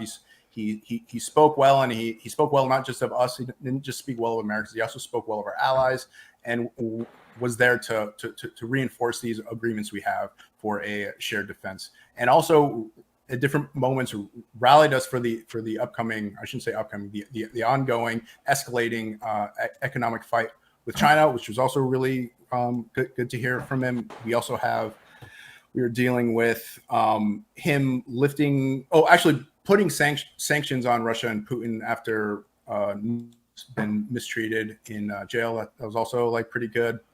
There's not much I can say about that. And if you think that he did poorly and he's having some cognitive issues, like just listen to the full speeches during this time period of him at NATO, him at G7, him sitting down to do public interviews with people at NATO and all the different leaders separately. There's no way you can come to that sort of conclusion. And any kind of problem that you do see that you might have a problem with, I will ask you to think of something analogous or exactly completely parallel to look up for whatever whatever president you supported before, most likely Trump, and see if you can find videos of him doing the same thing. But when I say analogous, it might not be something like, oh, Biden like paused here to think about what words he was going to use for like a long time, when like we can look at like Trump like being asked a question and just zoning off and answering a completely different question that wasn't asked of him. But like those are the kind of things that I'm talking about. And I ask everybody that they don't fall into this kind of propaganda and like kind of make this nitpicking and these constant actual problems with the president, when we can just actually focus on the issues, things that he's actually getting passed, the things that the Democrats are pushing. Those are things we actually should be talking about, instead of I'd be more concerned if it was like the CDC, or like, I shouldn't say the CDC, a union of doctors together came forward and objected to his mental state, not just some guy who was a political hack who got shamed by the Department of Defense. Like, that's not the source for this. Okay, thank you. All right. BJ, your turn. Trump spoke off topic to questions. He gave wild answers. Some of the answers were silly. Agree. Here's the big difference. Trump's always been like that. If you listen to interviews with him a while ago, he's always wild. So what you're talking about is a character flaw, right? With Biden, he didn't have these issues. I mean, a stutter is one thing. We didn't have the issues he has today that he had 10 years ago.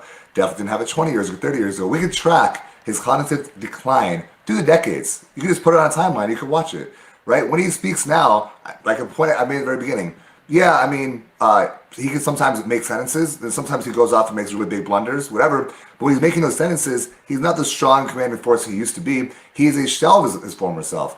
So that's the comparison I'm making. I'm not judging in a vacuum, just looking at one speech. We're looking at how he used to talk and go, holy shit, that was a completely different person. And now he's a shell of a man reading off of note cards. And that's a very obvious comparison. It has nothing, to do with one line in particular, one blunder in particular. Archer keeps talking about how we're hypocritical. I still don't really understand. I don't want Kamala Harris to be president at all. We're Biden. We're evaluating. We're making points about Trump. My criticism of Biden has nothing to do with Trump. The small point we made was that, oh well, Trump had to take a cognitive test. There's some precedent there, right? Everyone was trying to force him to. That's the only thing. My argument was not because Trump had to do it, then Biden should do it. My argument is because Biden looks like he's going senile, that's why he should do it. It's not disingenuous at all. Archer has become the most disingenuous person on this panel for a while now. I guess now he's switching parties. Now he's completely changing his viewpoints and stuff. But calling us disingenuous, always setting up strawman arguments, that's not very helpful, especially because you're the ones being everything you're talking about completely. And so my point goes to both of you again. Biden is becoming more and more senile, and I would beg of you guys not to let this be the hill you die on, because a year from now we're going to know. Just like when me and Grimace got into a long time ago about the Surgeon General, whether he said or didn't say to that masks are effective. Now we know that what he actually said. So just like this time again, we're going to see Biden leave office probably a year and a half, 2 years. Not going to make his full term. Then this will be embarrassing. All right, Rafiq, your turn. Where can I start? I would say Biden's handlers do a good job of instructing Biden on what to say, but they cannot always prevent him from going off the rails. And I'll just leave it at that. God, we got, I guess, this G7 segue into the whole virus thing, but number one, it should never be politicized. That's why the United States fucked up on this. And I think this whole fear, especially from the left, because it's like this safety first culture, and the godless left hasn't realized that they're going to die until this virus came around. And yes, there was a spike in the fall because people were gathering. Because I know in New York they talk about trying to ban gatherings, which was really stupid. I think that like made people want to just gather anymore. What they could have done is like, okay, we know you're going to gather. It's the holidays. Let's like safe ways to do it. Maybe like have it outside, which would be hard, like in colder places like Michigan and New York. But sort of like give guidelines how to gather safely, because people always do at the holidays. They just try to some states tried to ban gatherings, which was stupid. Also, there's no such thing as science. That is just something that the godless left does. When I say the science, they make it their god. Science is never settled. Anytime you hear that, that is somebody with an agenda. And last thing, a problem in America, taking control of the health. Instead of celebrating obesity with the fat acceptance folks, lose some damn weight. Because we know that obesity is one of the comorbidities that put you at risk of getting the virus. But, this magic pill seeking America and vaccine and no face mask. And somebody made a comment about the 2 masks in the chat. 2 masks was tested on the dummies, and it was only meant for healthcare professionals who did not have N95. They said the 2 masks could mimic N95, but was not literally meant, or as I guess some of the elected officials say, that we should just wear 2 masks. That was just misinterpreted. And no, I would not want to be part of the liberal herd mentality. And Tree, I know Georgia is a peach state, but the peaches are here in South Carolina. And they're good. I don't know if people notice me eating a peach, but it was just so good. So support small farms. So. He said that booty is a blessing, them peaches. Yes. All right. Okay, Jupiter, you're the last one, and then we'll move on to the next one. Then we'll do at least one hypothetical before. I'm not. Go ahead. Look, I could beat a dead horse to death. There are 2 things. Look, Joe Biden's retarded. Don't care what you say. He is. And I usually, actually, I'm not trying to be crass and cruel, but I usually feel bad for people like him, but he is one of the most corrupt, disgusting, bureaucrat scumbags of all time. I've only been here 120 days, man. Come on, man. No, you've been here 50 years. You swamp cunt rat. Also, Archer, I don't know what you've become, man, but it's disappointing. You're disingenuous and strange. I mean, I don't get it anymore, and I'm not even trying to pick a fight with you. It's just like, it seems like you're purposely doing this. I don't get it, but whatever. I will say this. This whole coronavirus bullshit, it did become political, and so people chose sides. I would like to say Trump was right about just about everything. I'm not going to say the magic words, or this video will be taken down, but it rhymes with hydroxychloroquine. Trump was right about literally everything. And this whole coronavirus thing, with less than a 1% death rate, way less, what we've done to our country, the cure has been so much worse than the virus. And Archer, the old you, would have looked at the civil liberties being trampled upon. And the ability of the government. Wait, let him finish. I've been like, wait. I'm sorry. Hold on, stop. I got to reset his time. Wait until he finished, because once I'm starting to set up the next time, y'all 2 can argue about everything afterward. But remember the rules. Do not interrupt someone while they're making their closing argument. So go ahead. And once he finished, he's the last one, so y'all can go for it while I set up the next session. Go ahead. Thank you, Tree. What they've done to our people, our vulnerable, mentally locked away people, they are petrified. Apparently you, Grimace, a lot of people, but I see them every day with their masks on, scared, with their blue gloves, even though we've already proven that it doesn't last on surfaces. It's scary what they've done, and the powers that we've handed over for a almost negligible virus, and I'm sorry, but that is the case. You talked about a bubonic plague, Grimace. This ain't it. And what we've done to our populace, and this cure for this disease, which is real, but the cure has been so much fucking worse. And let me just finish out with this. This is the greatest, and I know I keep saying this, the greatest transfer of wealth from the middle class to the upper class in the history of the goddamn world. This has been a fucking heist. They used Corona as a pretense to fucking have the elites take everything. This is the Great Reset, ladies and gentlemen. Okay. Thank you. Sorry. All right, now let me go ahead and set up, and you guys can argue amongst I'm yourselves not sorry. while I am setting this up for the next one. It's pretty gross to throw out such like assertions that I'm grifting, or that I like that the old Archer would have said this. Well, you don't know, then you didn't know the old Archer, because I stood back a year ago. I had the same stance that I did now, and we argued about this shit a year ago. That I argued that Trump should have had a federal mask mandate. So like I think it's pretty gross to make such assertions. And you know what? I think one of the most important things when it comes to politics is that you're constantly evolving your positions on things. I like to have this notion like I'm grifting or something, because you know what? My positions have changed. Society's positions changes on particular issues, and if you don't change, I think it shows that you're pretty egotistical. That you think you're right on everything, single subject, and you can't be wrong. You did a whole 180 on all of your positions, which is very strange. What was the 180? What were the 180s? What were the 180s? Grimace got into Specifically, what were the 180s? Tell me. Me and Grimace have talked a couple times. No. You just said I 180'd on the issues. What issues specifically did I 180 I'll on? answer afterwards. I'm not being disingenuous. I'm the one who doesn't engage with the questions being asked. Yet when I ask you, what were the topics that I 180'd on? You don't want to answer. Right. You don't know. I'll answer it later. Okay, this I hope if you're listening, you see what's going on. I just don't think it's worthwhile. If you'd like, we can hash this out. You used to be a libertarian. Now is this you're being willing disingenuous, to hand over all your rights to the fucking government. Wait, I didn't. That's what you're not engaging with the question that I just asked. Hold on. Your issue is what they said. I have not been proven wrong, so I never said you take a 180. I said are they being disingenuous? Everyone said it, Archer. So Archer. So one thing I've noticed about your positions is that when we first started coming on here, you did seem a lot more on the libertarian side. And then that's why when it came to the whole entire mask thing we got into, I was like, what the hell? Like, I thought this guy was more on the libertarian and he wants to enforce mask wearing. And that's when I started noticing it more. Maybe you're right. Maybe that I misinterpret some of your beliefs to be more on the libertarian side and you're actually not. But that's what it seemed like for me. And it seemed like you made the switch, going from libertarian to more authoritarian. What were the issues that I 180'd on?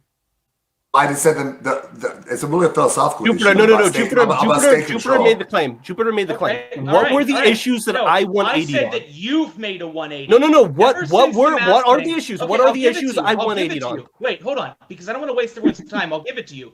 Once upon a time, not even a year ago, ever since the masks, you have. What are the issues? What are the issues that I 180'd on? I never said. I'm not going to name specific issues. Okay. So you're going to say I 180'd on the issues, but you're not going to say the issues I've 180'd on your politics. When you came on this, the first time I ever came on this podcast with you, you were a right-wing libertarian. Now you're like a full-fledged fucking SJW. It's like it is a 180. It is. What are the issues? What are the issues? Okay, so we're gonna move on to the next one. I guess you got me. Before you, I just want to ask one thing of Grimace. I just want to ask if Grimace remembers. That's one question. If he remembers the conversation we had about a lab leak, maybe like 9 months ago, when she told me that was a racist conspiracy theory. I just want to hear his thoughts on that now. Got him. What do you mean? Well, 9 months ago, we had this discussion. We got the whole entire thing. I said it's a racist conspiracy theory. I'm saying it could have racist outcomes, but like, there's no. That's what ignorance. My whole issue has your mind changed. Wait, sorry. No, I have to think about what I said at the time because I don't want to be incorrect when I say this. I'm not going to pretend it. Like back then, as it is right now, since there's no evidence that you seem to be purporting, or there might be. I haven't looked too closely. The whole problem with saying is you're saying it without evidence. That's the problem. I was not, and I'm not now. Yeah, I had evidence back then. Got evidence now. But the whole term racist. What was the evidence you had back then? Back then, you don't have to be that intelligent to see. Okay, wait a second. We had the only labs in the world, the only lab in China at the time handling bat coronaviruses, where the outbreak started from. We had reports coming from Australia news sites that are now becoming, I guess, American media has corroborated, saying that the lab leak happened in the lab and the people who were first infected were people working at the lab. We heard about this a year ago. There were some other small issues as well, but just the first thing I said should have made all of us go. No, the scientists. Of course it is. Nope. We're going on to the next subject. We're going on to the next subject. Well, stop that guy for a second. I'd love to engage with this, actually. Isn't it? Lab leak is not a conspiracy theory from Facebook anymore. Facebook says lab leak is a conspiracy theory. Li Yang was the top virologist in the country. She had to escape. She said it from the outset. She was working there. Two of the scientists You're so that gullible, leaked it. Jupiter. And wait, hold on. I'm gullible. I was right. And by the way, we're right about this. You're not right. There's actually no evidence for that. My position at the time, as it is now, is that it's irresponsible to say these things. That is not a possibility. How come there was congressional hearing You called on it a this? racist conspiracy theory. You called it a racist conspiracy theory. I didn't say it's a racist conspiracy theory. I'm saying it empowers racists, and it's irresponsible to say if you don't have evidence for it. And you called it a conspiracy But how theory. come there was a congressional? It is a discussion conspiracy about theory this? because you don't have evidence. Yes, That's how we conspiracy I have evidence work. now. We have But hold on. evidence- We have a lot more evidence than you do, and I just want to say, Grimace, I might not be as smart as you are, but I don't think you guys know what evidence it's a is. lot more racist. Grimace, isn't evidence? Wait, Isn't AJ, hold on. evidence?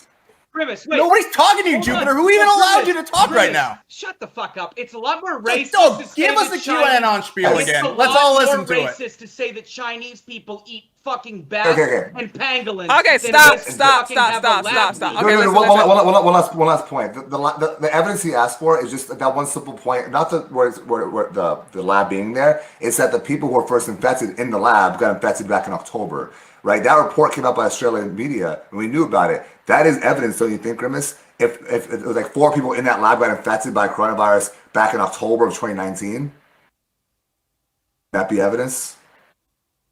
Yeah, that would be evidence, but we can also trace back all of that outbreak from that wet market, No, we right? can't. They've tested over 100,000 samples of every single animal in the area. And okay, so at the time, what was the evidence, though? Was there evidence at the because- time? I just gave you 2. Can somebody stop that guy from talking? Okay, stop. Because you No, know we're what you're moving talking on. about. Listen, You because can I'm talk talking about about it. we're moving on. We're moving on. We're moving on. We're moving on. No, we're moving on. We're moving on. We're moving on. We're moving on. So to the second question we're dealing with every city, all Democratic run, is experiencing a high influx of crime after defunding the police. Now they are having regret. Will they, the liberals as well as the Dems, admit that they were wrong about the police in reference to defunding them and vilifying them? Actually, that's what I want to be specific on. Or is this done to encourage gentrification? We're going to do something different. Let's start off with Jupiter this time, and then we're going to go up, down, up, down, up, down. So let's go Jupiter, and then Grimace will be next. So go ahead, Jupiter. Well, I believe it was Portland. I'm almost positive. Fact check me. Their entire 50-man riot squad just quit in protest in Portland. All the cities, Minneapolis, that have put in process the defunding. I got a lot of feedback. I don't know. Anyone else hear that? Nope, that's you. Okay. Yeah, sorry. It's this wire. But all the places that have implemented these things have now started walking it back and funding police. And I just think it's hilarious that all the time you hear these activists say defund the police, and then within weeks it comes out they've called the police 17 times, they have private security. I'd like to just point out the one solid fact, which is that defunding the police is the most racist shit you could possibly do. Over 80% of the black community wants more policing. The only percentage of blacks that want to defund the police are those that have private security, they're rich, they're activists, and the affluent liberals never have to come close to these fucking policies that they implement. Defunding the police is racist. And it's scary as well. I don't want to live anywhere near that shit. All right. Grimace, your turn. Yeah, I took a look at this. We were looking at specifically Austin during this time. I saw, we can go back to the correlation causation here argument that we were having before. So I don't agree with that rhetoric. That's the shit that almost got Trump reelected. That whole ACAB, Antifa, Black Bloc shit. Like, it's really bad that the left pays it lip service, and that's something that we're combating over here. And I'm one of those soldiers, I guess, just trying to bring some, or not necessarily bring sanity, just make people stop paying attention to these screeching anarcho-communists on the internet.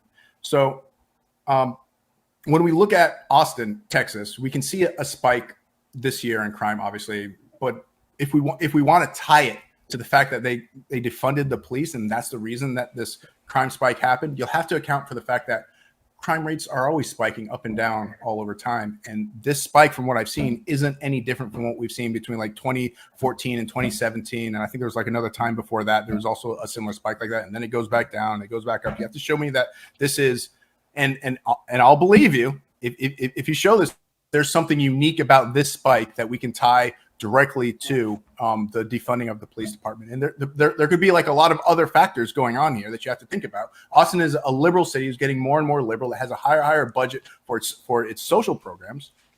When you have these high social programs, you tend to, in these high costing social programs, that you tend to attract vagrants and people like that who come there to mooch off the government. And that's one of the things that could also be contributing, stuff like that, not specifically defunding the police. But yeah, like I'm open to hearing the evidence. Maybe I've missed something. But until then, I'm gonna withhold judgment on it. All right, Rafiq, your turn. Let me see. What Grimace said about the social programs. Jupiter may know about this, but Lancaster, Pennsylvania, the churches were like feeding the homeless free meals, like 3 free meals a day, and that just attracted a ton of homeless people over there. So it's like, the good intentions just caused the backfire. But as far as defunding the police, it's not just defunding. It's what was that? Anyway. As far as defunding the police is not just defunding the police, is what the police can do and cannot do in New York. The mayor pretty much told NYPD, don't arrest the homeless people. Okay, just don't do nothing and just go and just do their thing and act and just make craziness. So yeah, so that's just part of defunding the police is not only defunding them, but what can they do and cannot do, and also what units have been disabled. Like if you disable the investigation squad, oh God, that's a problem. So, but anyone, correct me if I'm wrong, I have not heard any of these liberal mayors call a press conference and say they were wrong about defunding the police. All this stuff seemed to be done on the sly, or in secret, like they're going to refund the police. Because I guess either, they don't want to admit that they're wrong. They just can't ego problem, or they're afraid that their supporters is going to get mad and start, doing this mad screeching at them. But since they're refunding the police, it's showing that defunding the police does not work. And, I don't want to hear any more about defunding the police because no one just talks about reforming the Black community and how they real quick, Lancaster, PA. Rates skyrocketed. They tried to make feeding the homeless illegal, but the Amish didn't have, Lancaster is almost all Amish. They didn't have the political power, and so their community was ravaged. People had to step in. Oh, wow. It's a big story around me, so sorry. No, that's all right. That's all right. This thought.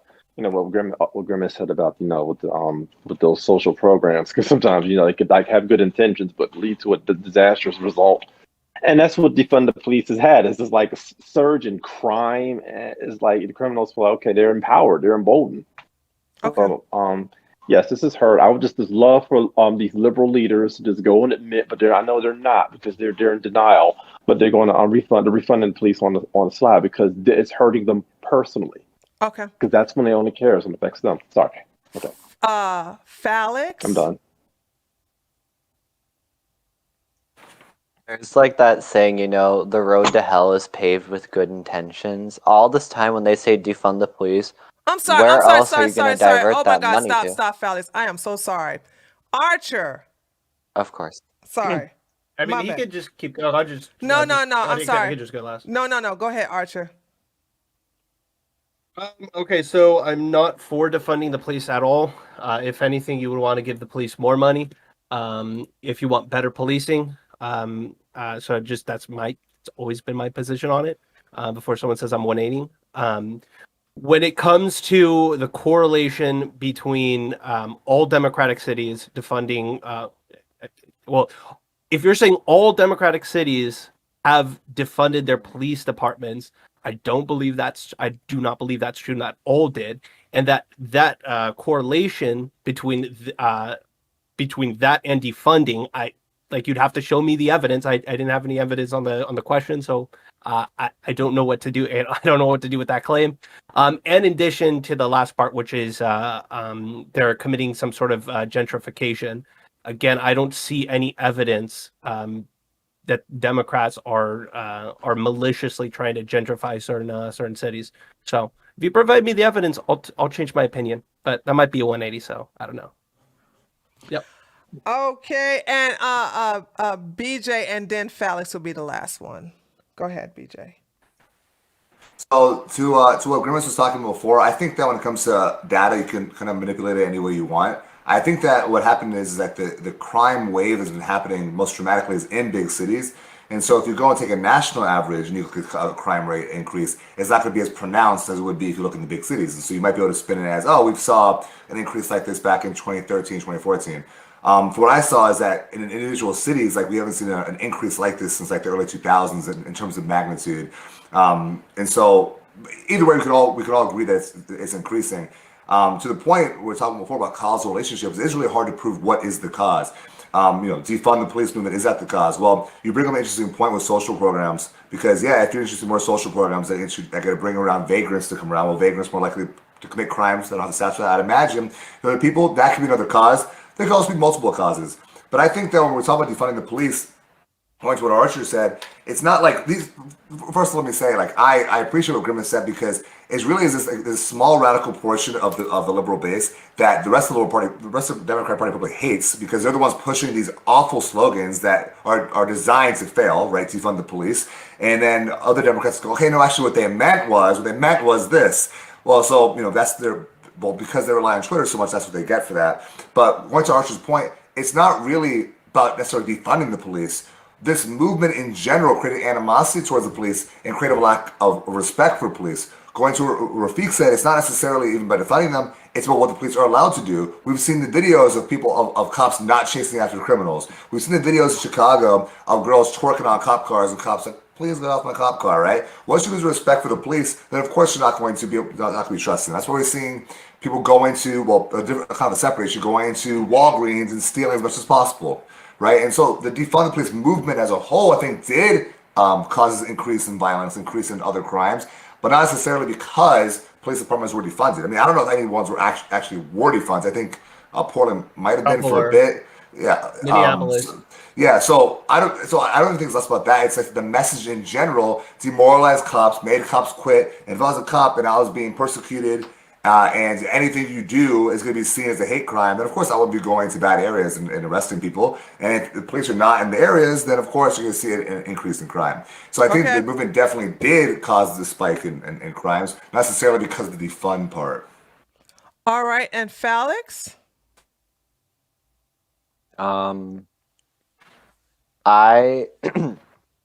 Okay, so like we're not in normal times, so as much as defunding the police has probably caused some uptick in crime, there's also probably part of uptick in crime, especially in cities, because a lot of stuff are still not operating at full capacity, whatever that means anymore. And if these people can't get jobs or they can't get food, then of course they're going to start getting desperate and robbing Walgreens or robbing Walmarts or robbing your gas station where it's still $5 a fucking gallon in the city. Like, people are becoming desperate because there's like these people tell you, oh, you have to stay inside and all this stuff. It's like people are becoming desperate and it's just becoming more and more apparent. And especially now, if you're going to tell cops, hey, you can't chase criminals, there's literally no disincentive to commit crime. Like, you get a slap on the wrist at this point. It's like you're a child and you took a cookie from the cookie jar. You get a slap on the wrist instead of a real punishment. There's no reason not to commit crime at this point for a lot of people in these cities. Okay. I want to address something. If I was to, and this is going to address the argument with Grimace stating the correlation between defunding and the crime. One thing that does frustrate me about my Republican brothers here is that this is such a slam dunk. And I think because I do the news for a living, that I know how to present these arguments. So how I would prove, which is not my job because I don't want to seem too biased, even though we all know I'm right wing. All I had to do was take the crime status, and this is what it calls work. I would get everyone that defended the police, New York, Atlanta, Minneapolis.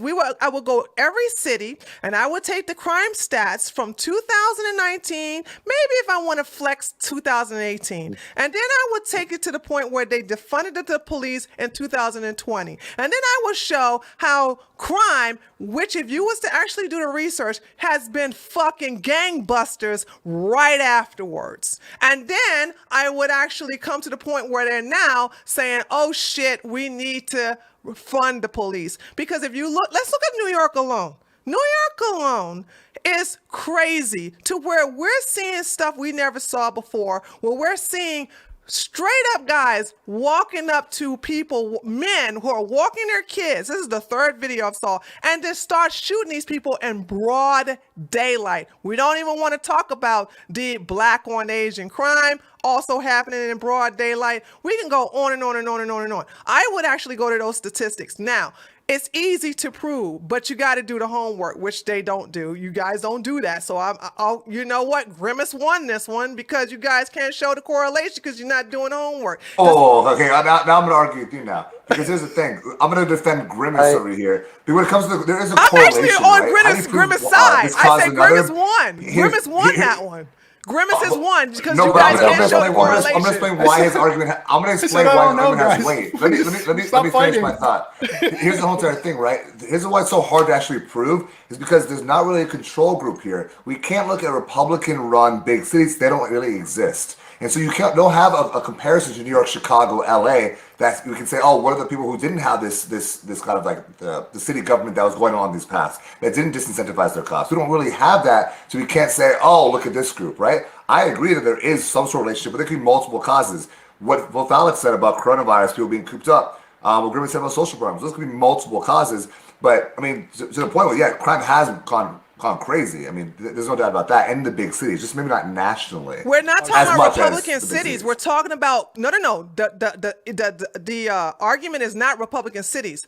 We're talking about cities that have defunded the police, which happens to be democratically run. And so Grimace said. My point is that like Grimace says there's no correlation. What Rafiq said, well, no, he said there's a correlation. We just don't know if it's causal. No, he said you can't prove it, and you know what? You guys proved it right because you can't prove because if me and Grimace was that's not fair. If me and Grimace was to have this one-on-one, absolutely I would prove it. But you know what? He won that argument because all you guys had to do was do the homework.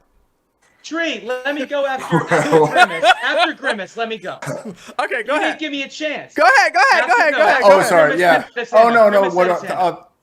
Thank you. No, what I was saying, I looked a little closer at this. I was using Austin as my group. I'm not really sure about New York City, but the comparisons that we were doing was Austin versus other Texas cities. And we found that there was a spike in every single Texas city. So we'd have to look even a little bit closer to get the kind of evidence that we wanted. If I was to think that all Texas cities was a good control group for something like this. Wait, remember she's saying that there was a spike in every Texas city and not just Austin? There's a spike in crime in every. When I say every, I actually mean like compared to like the other four big cities. All right. Okay, so you're talking about Houston, Dallas, and Austin, right? The defunding is not about defunding; it's about the overall movement in general, which affects all the big cities. The demoralizing cops. That's my issue. The correlation. Not only in every single city that loses police funding does crime go up. It's not just that.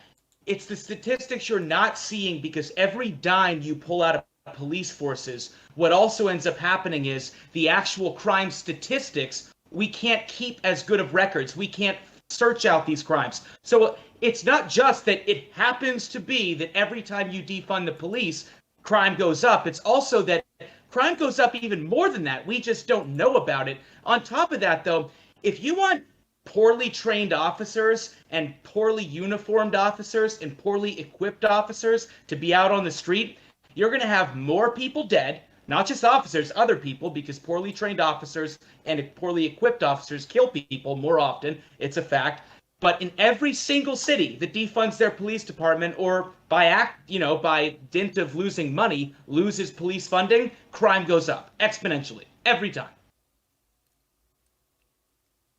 Maybe there's one. I don't know. I shouldn't say every. Not all. Again, I think the movement and hold on, and also it's a defund movement and it's a Black Lives Matter movement, all both together, because it's not just about defunding, it's the demoralization of cops, and it's telling people, hey, you can go and riot and do what you want, and you're not going to get caught for it. Right. And so this is also in the prosecutorial level where they're not being prosecuted for the crimes, right? This is multiple different levels. I mean, bail reform in New York City. Yeah, like all these different things combined, it's not just like a one issue. All these different things combined are causing this. And in reference to the gentrification, I could also do the work on that one too, because I'm seeing that in real time in both Baltimore and Atlanta, where all of the places were destroyed last year during the George Floyd riots. Those places are now being demolished, and they are not being replaced with. They're not replacing those low-income housing with more low-income housing. They are now replacing those with upscale condos. That is happening as we speak right now in Baltimore and in Atlanta. Now, if I wanted to look, Democrats who are doing that? That's the Democrats who are doing that? Well, it's not. These are the democratically run cities. How is it the Republicans' fault? Oh, okay, but if private businesses are buying up those areas and building up those areas, the mayor. Hold on a second. I can tell it to you. Both of these cities are run by Democratic mayors. These mayors can actually reinforce certain type of ordinance. Since you like the authoritative route, they can actually force these businesses to rebuild these low-income homes. These homes for low-income families, and not cater to big businesses and in replace of these in these houses for low-income families. That's how you can do it. It can be stopped, but they don't do it. They allowed to give. I can't prove the payoff part, but I do know for a fact that these Democrat mayors allow these big corporations to replace the homes for low-income Black families with businesses or upscale lofts. Archer, you need to come to Harlem and Bed-Stuy. You need to come to Harlem and Bed-Stuy and see the gentrification there. Well, I know what gentrification is like because my family is I'm being gentrified from San Francisco. I don't make enough money to live here because of market forces and particular policies. But is that Democrats having some sort of conspiracy theory? It's not market forces there. Yes, it is. It absolutely is. It absolutely is. No, Archer. It's not supply and demand. You have a limited amount of supply. But it's the government limiting the supply there. In California, it's always been a problem with California because when you limit the supply, it boosts existing homeowners' value. Those people who are voting there. So yeah, it's economics, but it has to do with the fact that there's lower supply because government restricts it. Okay, San Francisco is on a peninsula. There's only so much space that you can have to build actual housing here. Most of this place is hilly. It has not the foundations are some of it's absolute shit, and you can't build there because it would be unsafe. So you have a limited amount of land space, and you have millions of people want to come here. But in San Francisco, isn't it the case? And correct me if I'm wrong, because I've never been there. But isn't it the case in San Francisco? There's a lot of building restrictions in terms of how tall you can build buildings in many places. Because you have a limited. Like Manhattan is smaller than San Francisco is land-wise, right? So there are particular zones. So this is one of those policies. Again, it's particular policies, and that's one of those policies that's preventing more housing to be built. Yeah, but to act like this is just Democrats having some sort of conspiracy theory to gentrify. I didn't say that. No, but hold on. Wait. Hold on, Archer. Now let's see if you're being disingenuous or you're being good faith. who regulates these cities? And I only spoke on two, Baltimore and Atlanta. Who regulates them? Republicans or Democrats? Democrats. Okay. And wait, Archer, can I just say one thing? I was talking to my Okay, dad but about like this. what Trey, I again? actually Like have- where wait, is Archer. where is the evidence of the Democrats Archer. getting together and saying let's gentrify That's these not, certain no, it's particular the groups? policies. We can They're go not into gonna that. control those areas. We but know the wait, policies. It's the policies that are causing it. But wait, so my dad's in Seattle visiting my commie fucking sister, and by the way, it's as horrible as we've all seen the videos of. He says the tents and blah blah blah. But I had to pull up because my commie sister is going on and on to him about wealth inequality. So I pulled up the 10 most wealth inequality rich cities in the country. One of them is run by a red state. It's Florida. But the reason for that is some of the most concentrated wealth ever is in Florida. But on the other side, the lower class in Florida has the highest standard of living, number 3 in the whole country of any other state. So when there's wealth inequality, it's almost always blue states. Always. Well, these housing policies are mostly on the local level, I mean, not necessarily even the state level. You have to go really zoom in at the local level to see what's going on. San Francisco, like even if California was run by Republicans, San Francisco is run by Democrats. But I don't think it's necessarily a partisan issue.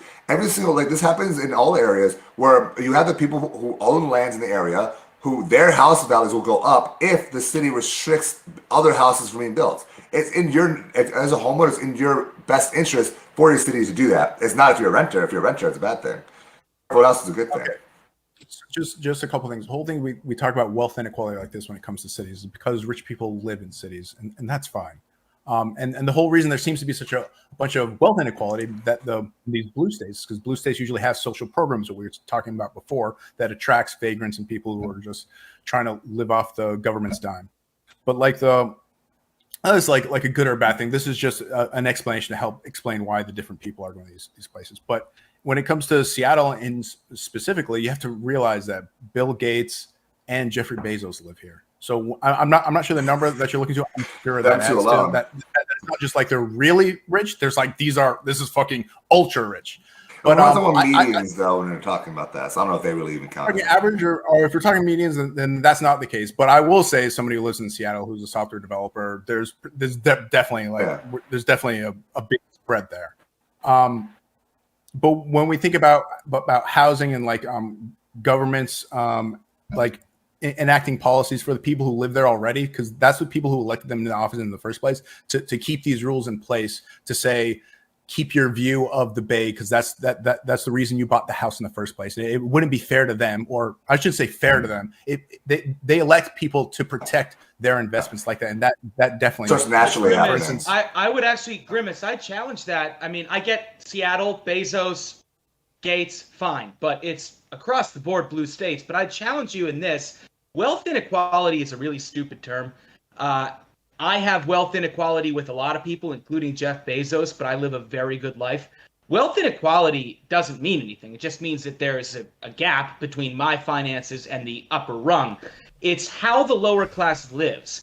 And in these blue cities, and sure, their policies do invite vagrants, which is a huge problem, but it's the policies in place right now all across this country in blue cities, the way the poor lives, it's sickening. People masturbate in subways. People shoot dope right in front of children walking down Fifth Avenue. It's not the same. People are starving right 2 blocks from Nancy Pelosi's bajillion-dollar gated community. It's just like it's wealth inequality, if you want to look at it like that. More has to do with the quality of life of the lower class, not the gap between me and Bill Gates.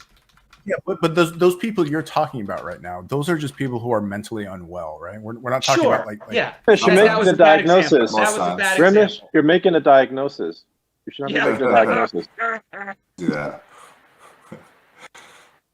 Probably a good discussion, so we'll go through those there. But to Grimace's point, I agree. I mean, there's going to be 2 parts of it. Rich people want to move to cities, and so it's kind of hard to blame those cities for having a lot of wealth inequality when rich people will naturally end up living there. And you do admit that the social programs do allow an underclass to live there that are not going to really improve their social standing. Once you put these people in the system and they don't want to get jobs, they can just live off the lands, I mean the government, the city lands. then you create that problem. It's weird that we don't have any really big cities in which we have the ultra wealthy, and they're not taxed in a way that actually creates even a bigger middle class. The cities always have the problem the middle class is getting smaller and smaller, and it's the upper class and lower class is getting bigger. If you look at other parts of the country, like there's not really so much of a pronounced difference. Right, like I'm living in Pasco County, Florida, where the poor could live a way better life because things are half the cost they are an hour south down in St. Petersburg, where there's the ultra wealthy there. There's also vagrants running around because of liberal policies, right? And so because of the fact that the cost of living is down for these places, the poor can actually live a better life. Even like, so that's not just a money thing, it's also the cost of living. Right. Also, one thing about this whole thing, I know that always the left talks about tax the rich, tax the rich. Yeah, you tax the rich, and the rich bails. So it leaves a tax burden on the middle class.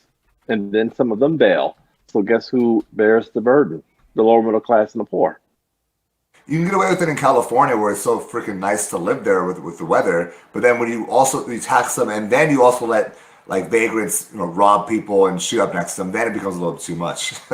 So Rafiq, how do we get rid of income inequality or wealth inequality? Why do you? How do we get rid of? I'm just asking because he was just illustrating that he had a problem with it, right? I didn't say I have a problem with it. I mean, there's no equality. There's no equality in life. There's no equality in nature. I mean, you're going to just have those who are going to get richer because they know how to make money, and those who get poorer don't know how to make money or just don't know how to make good financial decisions. I think it's going to be case by case. But the government can't eliminate wealth inequalities. It just seems to contribute. It'll never happen. The problem that eliminated. The problem that conservatives have. Can I pose a question here? Okay, if I work full time at a job, should I be able to rent in this city?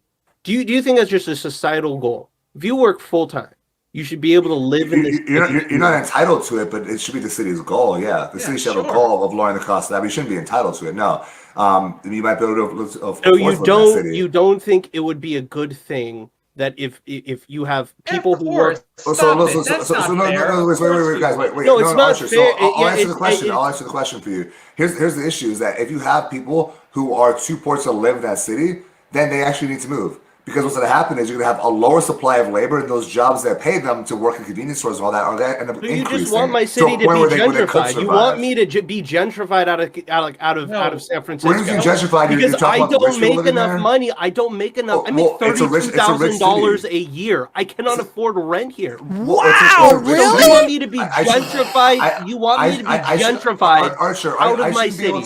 Archer, I should not be able to live in Manhattan just because I want to. Because I was born and raised here. I come from a fourth generational San Francisco. I don't know what? And I work full time here. I think it's pretty gross that like you would like that like never mind. No, go ahead, say it, Archer.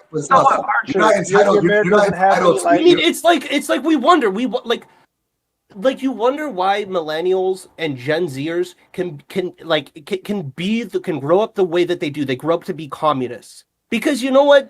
You have to understand. When they don't make enough money in the city to live, and they don't. And in addition to that, let's say they make enough money to live in that city to live, but they don't have enough money to put away to invest that money to allocate capital to them. Then you know what? When they feel like they get the shit end of the stick, and then a bunch of commies come by and sell them they sell them a bridge on communism, and we wonder why this shit happens. Archer, it's because, and you're giving a great example. It's because it's the entitled nature of a lot of millennials and Gen Z. If you live with your 32 grand a year in my area, you could do just fine. You get to rent or even buy a nice place. You can be able to afford what you want in Pasco County, Florida. If you go down south down to Clearwater, it's a lot more expensive. So you're for gentrification?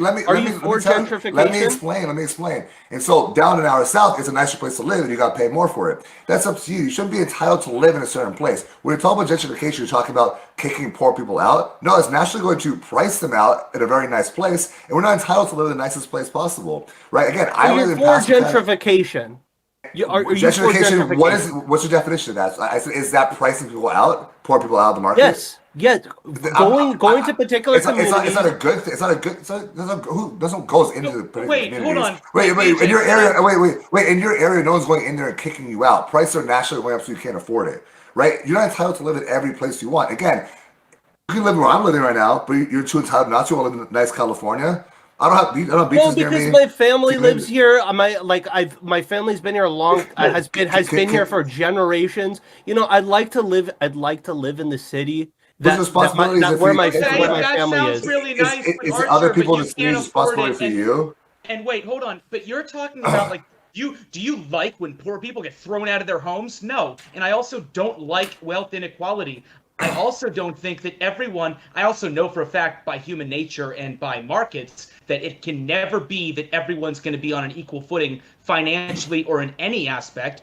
But what you're talking about, gentrification, which is such a loaded term, it really means nothing. But if you're talking about, like BJ said, pricing poor people out of the market, if I'm coming into your neighborhood and literally foreclosing on your home for no reason, that's fucked up, and no, I'm not against that. But if you're talking about, well, my family's here, so I have to live in, I'm entitled to live in San Francisco. I make a very good living, and I couldn't even imagine affording My to live family in helped build Francisco. San Francisco. No one Helped build San Archer, Francisco. Archer, so let me say, and I'm going to go back to that point. Here's the whole entire thing, right? Is that you live in one of the nicest places, people say, in the whole entire planet, right? A lot of people want to live there. They live there. And you're saying, hey, since my family's been here, other people shouldn't be allowed to come. I don't agree with that in the city aspect. I was you know what? If your family's been let me here for a explain. long Archer, let time, me you know finish my what? You sentence. should Let take him calm finish, down. Archer. Stop, Let him finish. dude. Let him finish. Hey, Let Archer, him Archer, finish. you're stopping an emotional baby. Come on, dude. I'm trying to agree with you. Just give me a second. Archer says So zero you're arguing- immigration. Listen, your arguments, I don't really think it applies to cities, but it definitely applies to our nation, right? As a nation, you can say, oh, if your ancestors have been here a long time, you shouldn't be able to have people come in and go to a welfare system. I agree with that. When it comes to city level, you can move pretty easily. Sorry to say, in a city level, on the local level, you shouldn't have the legacy rights to live in a place just because your ancestors had it beforehand, right? Because then that's to perpetuate a big system of inequality where you have all the legacy people whose family's been there forever, not paying as much as people who want to move there. And why should that be fair? Like you can't capitalize off your family's accomplishments. I think to say to people who grew up in a city and to where their families, they come from generations of people who lived in that city, to say to those people, and you know what, like, I work a full-time job.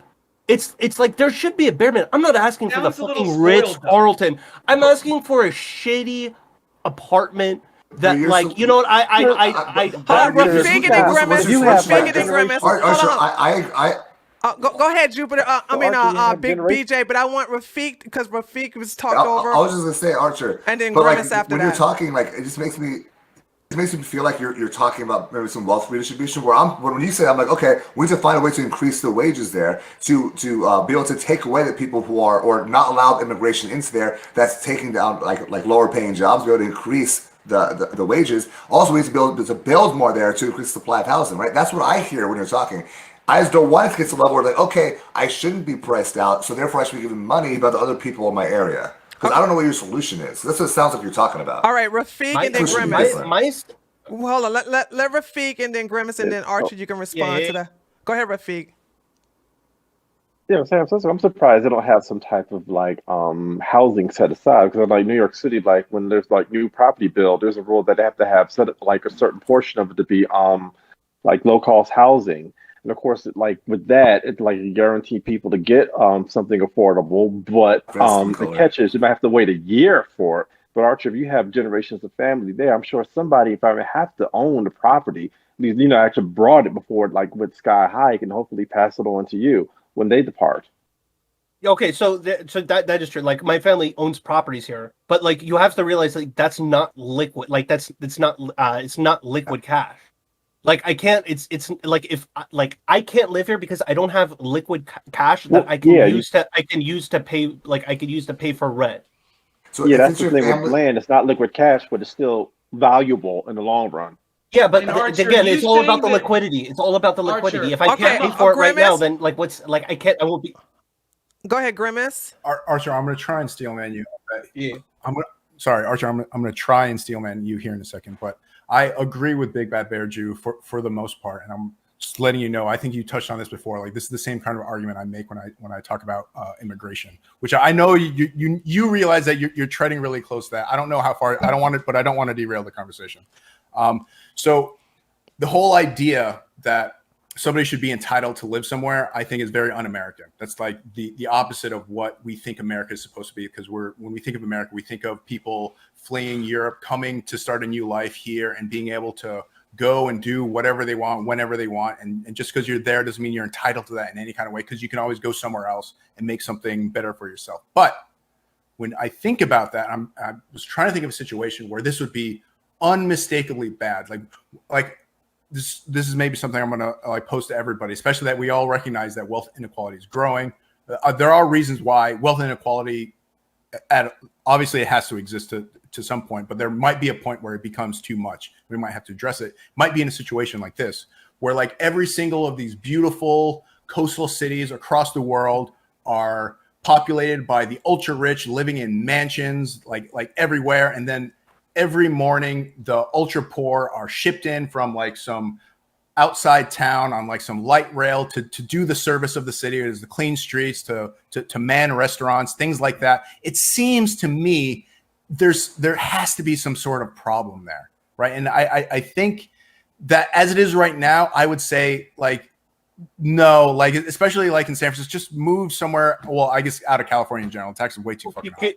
Well, okay, so there are opportunities out there, but I can see like a time period where there is something we would have to step in and do something. If we're to talk about the if we're gonna have a conversation on just wealth inequality, or just I don't want to say distribution of wealth, but just like, do we want a city to have a vibrant middle class, and that will be able to put themselves in a better place in the future, that has enough cash to invest in the stock market, to invest in their future.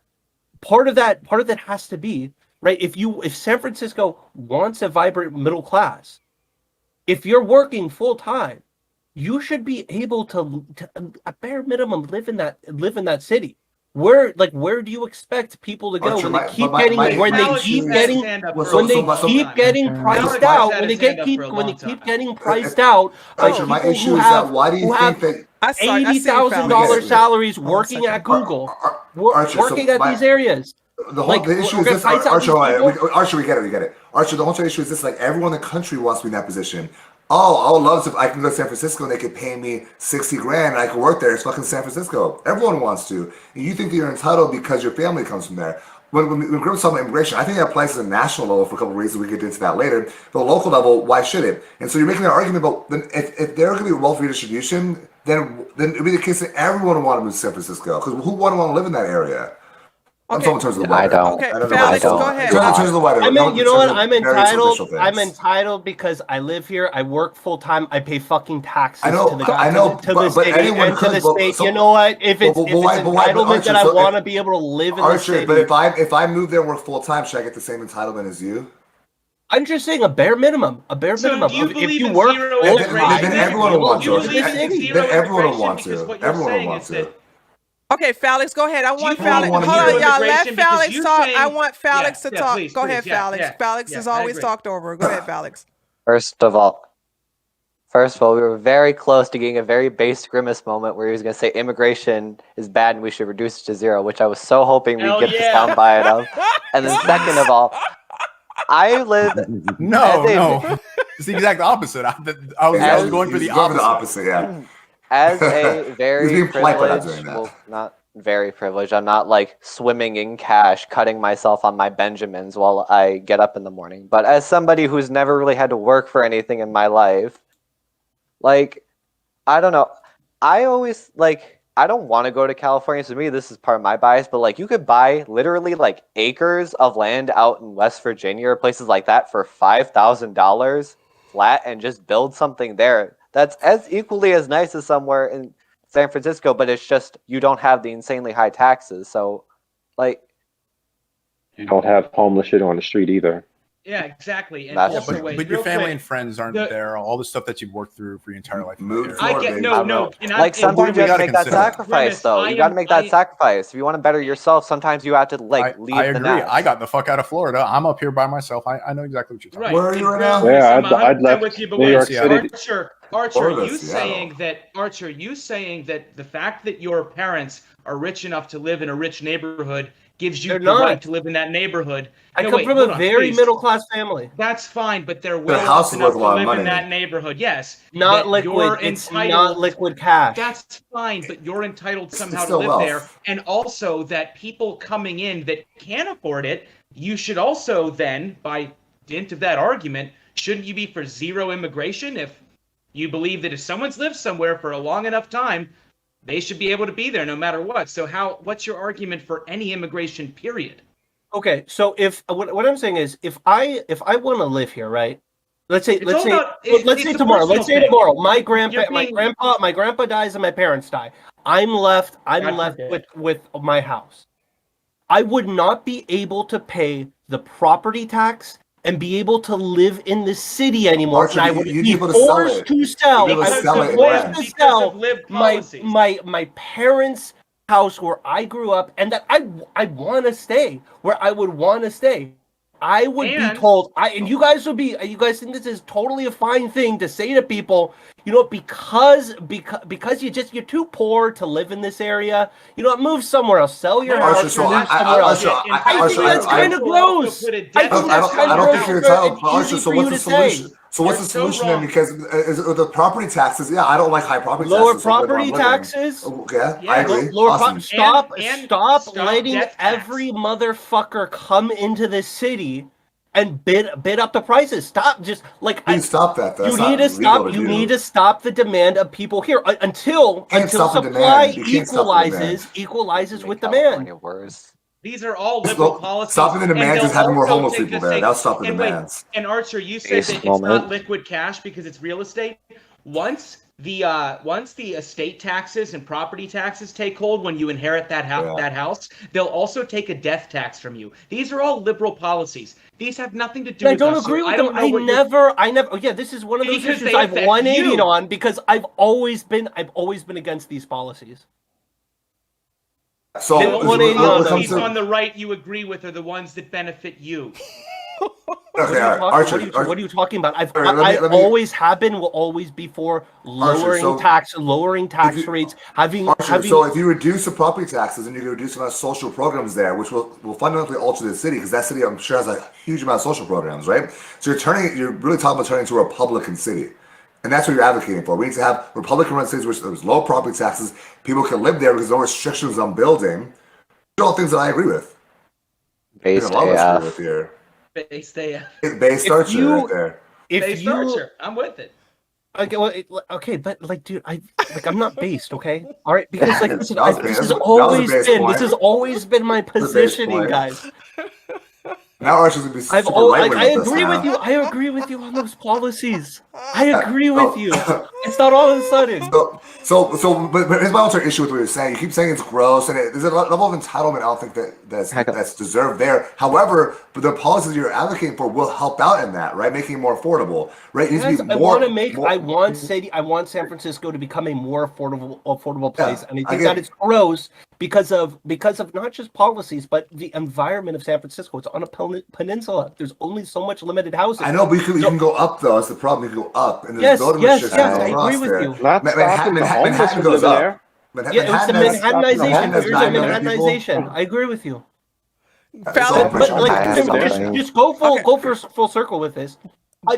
With all of that said, I don't think that Democrats are trying, like there's some plan to gentrify people out of these cities. I think they're not well thought out policies. Okay, go ahead. It's natural. It's a natural extension of big social programs is to tax the hell out of people. That's the natural extension of that. You can't have big social programs without taxing people. Tax to people raises the cost of living there. Building restrictions is something that's natural. From either party is natural. That happens because of the interest of the people living there, and that also drives up the prices, right? I don't think it's Democratic policy. The high taxes are natural. There's good restrictions and there's bad restrictions. You have to look at what are the good restrictions. Why are they? Those aren't necessarily liberal policies. Republicans are. But like it tends to, and like the right likes to do this where it's. I'm not saying I'm not trying to make anyone's argument here, but like what it seems like is what the right will do is say less government, less restrictions. Well, it's like overlooking what are the good restrictions and what are the bad ones. I don't And that's like. what politics is all about. What are they, right? And so, how much public space do you need? Well, there's a balance. You have more public space for parks, less space for housing, prices go up. That's the whole entire balance here. Phallus, what did you Can I have to go say? now? Usually somebody's Please. democratic. Oh, okay. So I was gonna say, After as Phallus, somebody in a very similar position to Archer, because I live in a super tax-heavy city, as someone who's about to move out on their own after college, Yep. you know, as much as I would love to stay here because all my family is here, all the people I grew up with are here, everything I know is here. I realistically know if I want to go anywhere in life, I got to move out of here to somewhere where I can afford it, at least for a little bit to Get some build up a money. nest egg. And then when I'm like, what, 30, 35, I can move back here because then I'll have enough money Jesus. to afford some shitty $2,000 apartment in the city. But until then, I got to move to somewhere super cheap just so I can get, you know what, you have to suffer things like no going out, but I got to build up that nest egg first. Like, Yeah, I but don't if know, you're maybe working you have to just full-time, leave don't you California for a think- little bit and then to be able to I afford to come did. back I to went it. to college. I went to college in Oregon. Like No, I've but lived Archer, out of you're California saying for don't many we years. But Archer, you're saying don't we think that if you work full time, you should be able to eke out a decent living? Of course, that should be the case. No, but no, it's not the case. And what you're saying is, and I'm sorry, and I'm not putting it down. I get it. It sucks fucking dick, and I'm not putting you down. I'm not minimalizing it. But what you're saying is that you have some type of entitlement to live there. We'd all like to live where our dream is, where our family is, but we have to make sacrifices and we build our way to the top. But if I couldn't have possibly afford to live in my father's neighborhood, I could possibly, I wouldn't even scratch the surface.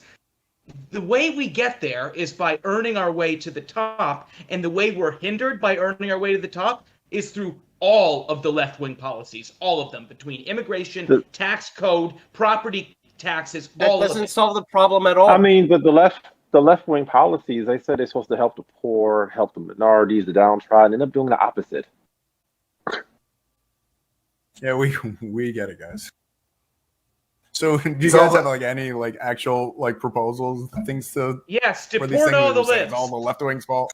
I'll say this. When it comes to to lowering property taxes and lessening restrictions on building are the two biggest ones. I've been saying that for a while.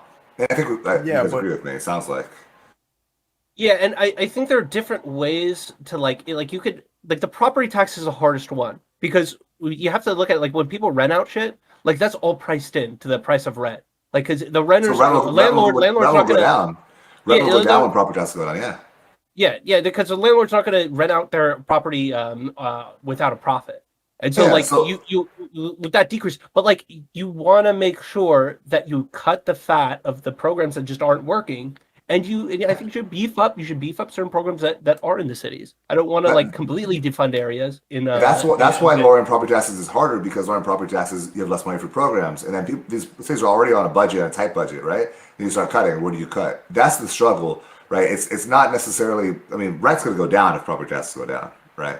But again, like in Republican areas, like where I am in Pasco County, like in the county south, Panelist, where like Clearwater is, Tampa Bay, like they have a lot more social programs. There's a lot bigger property taxes.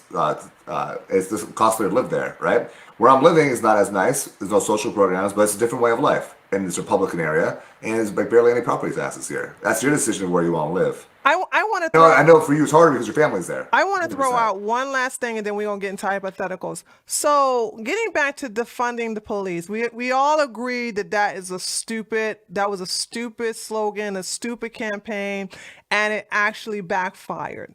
But and I don't know if I'm the only one who's going to stand behind this, but I remember when people in these communities was talking so much shit against the police, and they kept saying that they were going to get social workers that were going to replace the police, or they were going to police their own. Now I don't hear that anymore. So my question is, did they realize that they were full of shit and they had no intentions of policing their own? Or should we actually give them what they want and just take the police away and let them police their own community since the police are latter. such evil?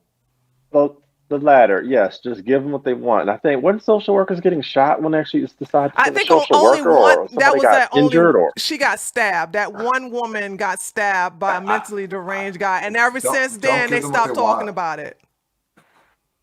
It's a small Yeah, percentage so- of even poor communities that want to defund the police, and then the consequences are going to affect everybody, right? So we And can't yeah, let all the they may- activists hurt their own communities, because the communities aren't necessarily on board with that Oh. shit. And on the communities, they may not like say don't snitch on gangs, but damn, if Ray Ray's beating Shaniqua, she will call the police, and she'd be a strong Yeah, sister for And doing not, so. not only that Boy. though, but the ones who sit Okay. up here and they're not for it, they don't say anything. They don't actually, because it's not favorable in the black community to actually speak in favor of the police. So they either shut up so that they look like they're playing along, or they actually just complain in silence, but they do not stand up and go, you know what, fuck this, what y'all talking about, we need the police. No, they sit up in there and they let the loud mouths of the community talk shit about the police, talk about these non-issues that really don't affect the black community. 95% of blacks are killed by other blacks, not by police officers. So when you don't sit up here and they don't want to be disinvited from the barbecue. That's exactly, why. and I'm like, fuck that barbecue. I don't eat that food anyway. But the thing about it is that why is it that they will not sit up here and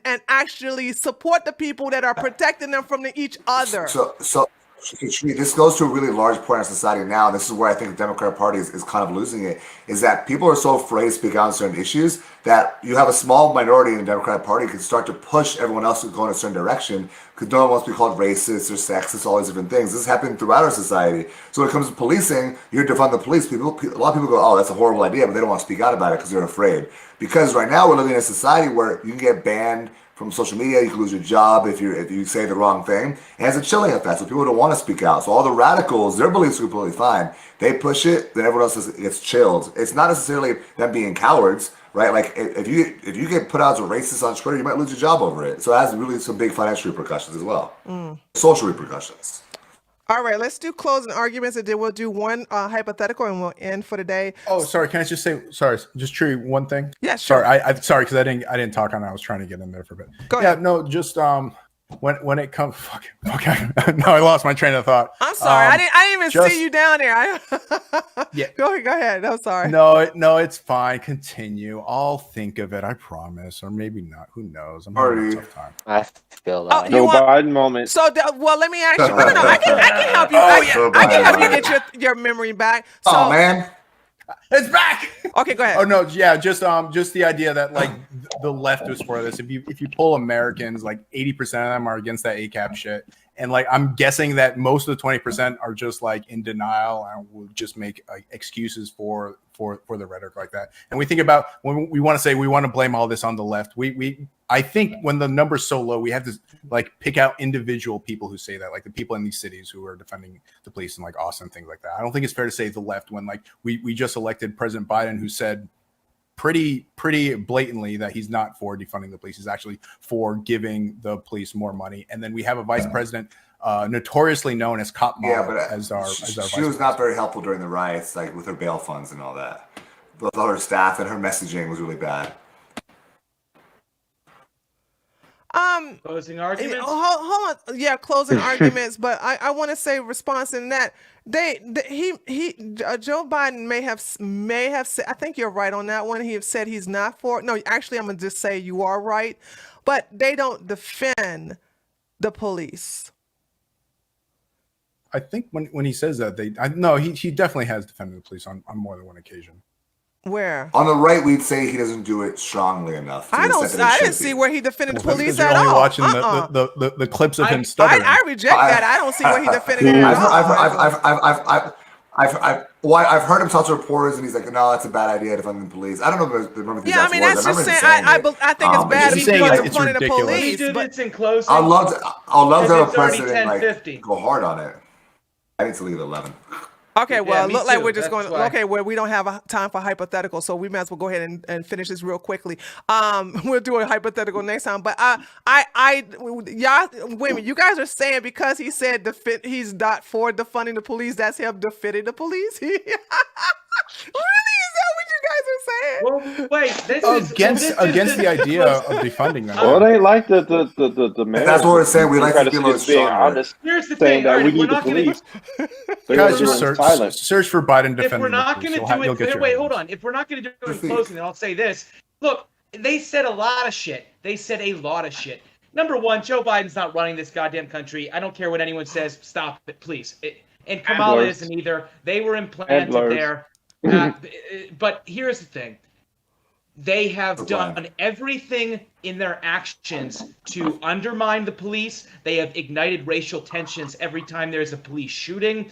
Kamala Harris literally paid money to bail people out of jail during the riots. They have condoned and called literal burning buildings mostly peaceful protests. So they can say whatever they want because obviously even Don Lemon goes, look, this defunding the police narrative, it's polling really bad. They know better. But believe me, they're not defending any fucking police. They're defunding them. My problem with Biden is not that he doesn't, like, he won't say sometimes the right things. It's that, like, the radicals in his party can kind of steamroll him because he doesn't make that strong statement that needs to be said. It's not just about not defending the police. It's no, police are actually good for us, right? But instead, it's, every time, white officer kills a black cop, then it's a whole entire national thing that the president speaks about and the vice president talks about. And that becomes a narrative, not like, no, cops are actually the reason why people are protected in society. And that's a conservative position there. All right, we'll do and I think Biden probably believes that, but Biden's afraid to say it because the radicals in his party. All right, closing arguments. We're going to start with Felix. And as a matter of fact, do your closing arguments as well as your shout out, and then we'll be finished on time. So go ahead, Felix. Do your closing arguments and shout out. Give yourself a shout out, and then we'll end today's debate. Okay, go ahead. This whole defund the police thing is somebody else has definitely said this before me because I remember hearing it. I just don't remember who, but they said it's the left-wing version of lock her up. It's something that they say, but it's never gonna happen because they know if it does it's never gonna happen. They tried to lock Hillary up, that didn't happen. They tried to defund the police, and they're reversing that decision. So people will just say anything to get elected or to get attention, and what you just have to do is just be when it's a child throwing a temper tantrum, you just look away, be like, oh, don't notice it. But yeah, that's about it. That's all I got to say. But follow me on Instagram at Felix1 and on Twitter, and it's been an honor and a blast, and hope to see you guys next time. All right. Shout out the OnlyFans. All right. I'm not a whore. And next we have BJ. BJ, go ahead and do your closing arguments and your shout outs. So since we've talked a lot about this, I just want to make a kind of a side point about this, and that is that Democrats have been really good for decades now on messaging and knowing how to use language in the correct way to not seem too radical. And so you take something like, abortion, right? They'll say women's health care, right? They don't say murdering babies for a reason, because that's completely off-putting, right? Right now, we have certain radicals in the Democratic Party who do not get the message whatsoever, which of course I like, but I know Democrats dislike. And you're having these ridiculous slogans come out, defund the police, right? Eat the rich. We could think of all the weird things that have been said that are meant to antagonize and not meant to coalesce any support around, right? You're taking what maybe could have some sort of argument with it, right? The police need to be better trained and all that, and you're going to the crazy extreme in order to be off-putting. So it's actually completely different than what's happened in the past. Because Democrats have been good at this messaging. Right now, all the radicals are pushing the really bad stuff. I mean, you have Elon Omar, AOC, and all them. They're making wild slogans and putting Democrats in the defensive. And that's what defund the police was. It was this awful PR move that, of course we can argue with the merits of it. It sounds like none of us here like it, but they don't even have the messaging right. So I like that. I know some people on this panel don't like that. That's all I have to say. Big Bad Bear Jew, Instagram, YouTube. All right. Next we have Archer. Archer, go ahead and do your closing arguments and your shout out. All right, what's up, guys?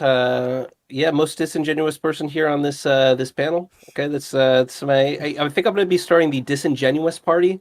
Okay, so if you want to be This hyper man's spitting emotional, facts. you wanna grift as much as possible, come and join us. We only care about the money. Okay. All right. Even though I can't afford to live here, but closing arguments. I don't know.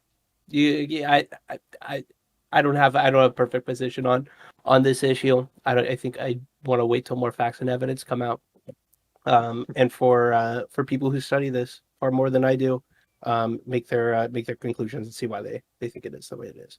But I stream on Twitch at ArcherCA. I'll be streaming after this, so if you want to come by, talk shit, or say what's up, come on by. All right, Rafiq, your turn. I just want to say fuck the old normal and fuck the new normal. I'm not about returning normal. I want to just live extraordinary.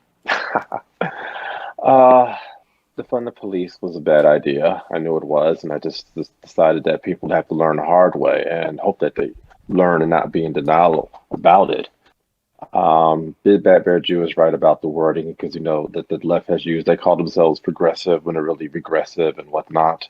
So that has been an issue, and of course the issue with the right not getting involved in the culture. I mean, the left played the long game, by getting into academia, getting to the arts, getting into Hollywood, the media, getting into social media and big tech.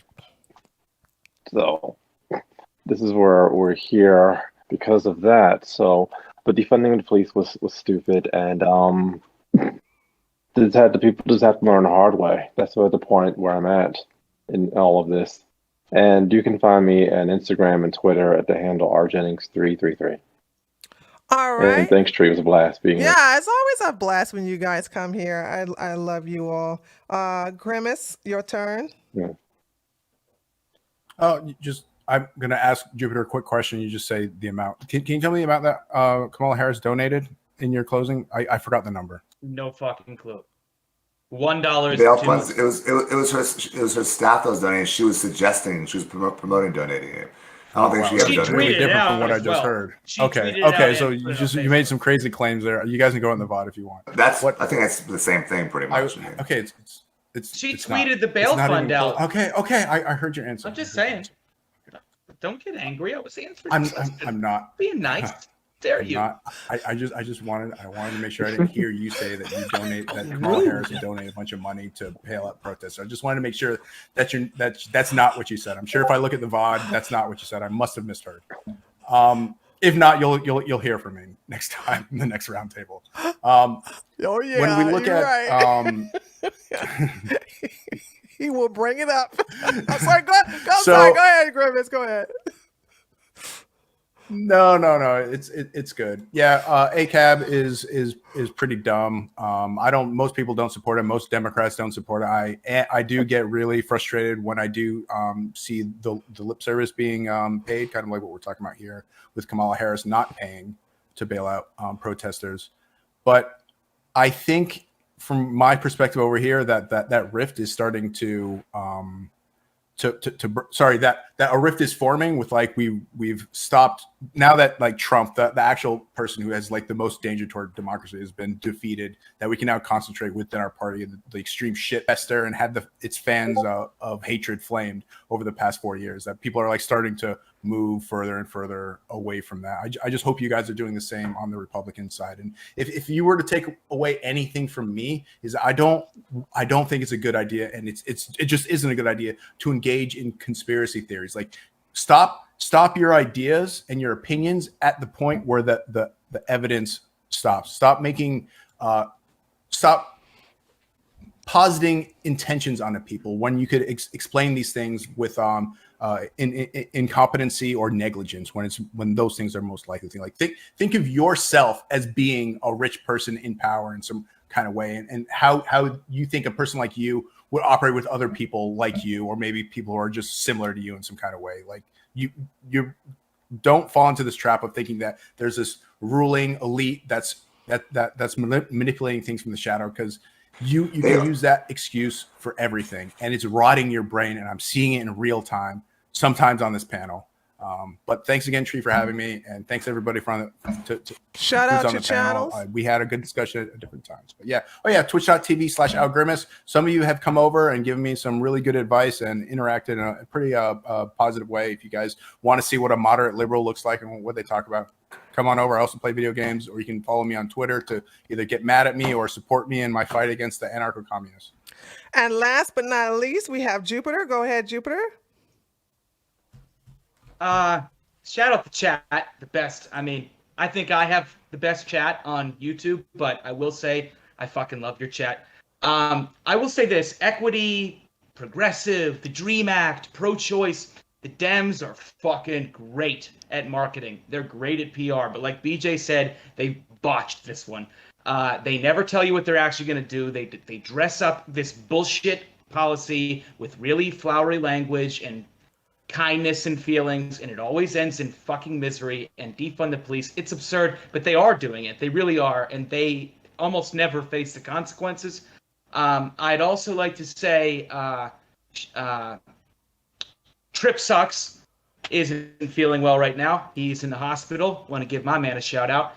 And Ashley Babbitt, if you want to talk about defunding the police, how about the Capitol police officer who shot an unarmed veteran female 15-year in the Air Force for no fucking reason? There were actual AR-15s and SWAT behind her. There was no reason to shoot her. I don't care what you say. Defund that guy. I want to know who he is. Investigation.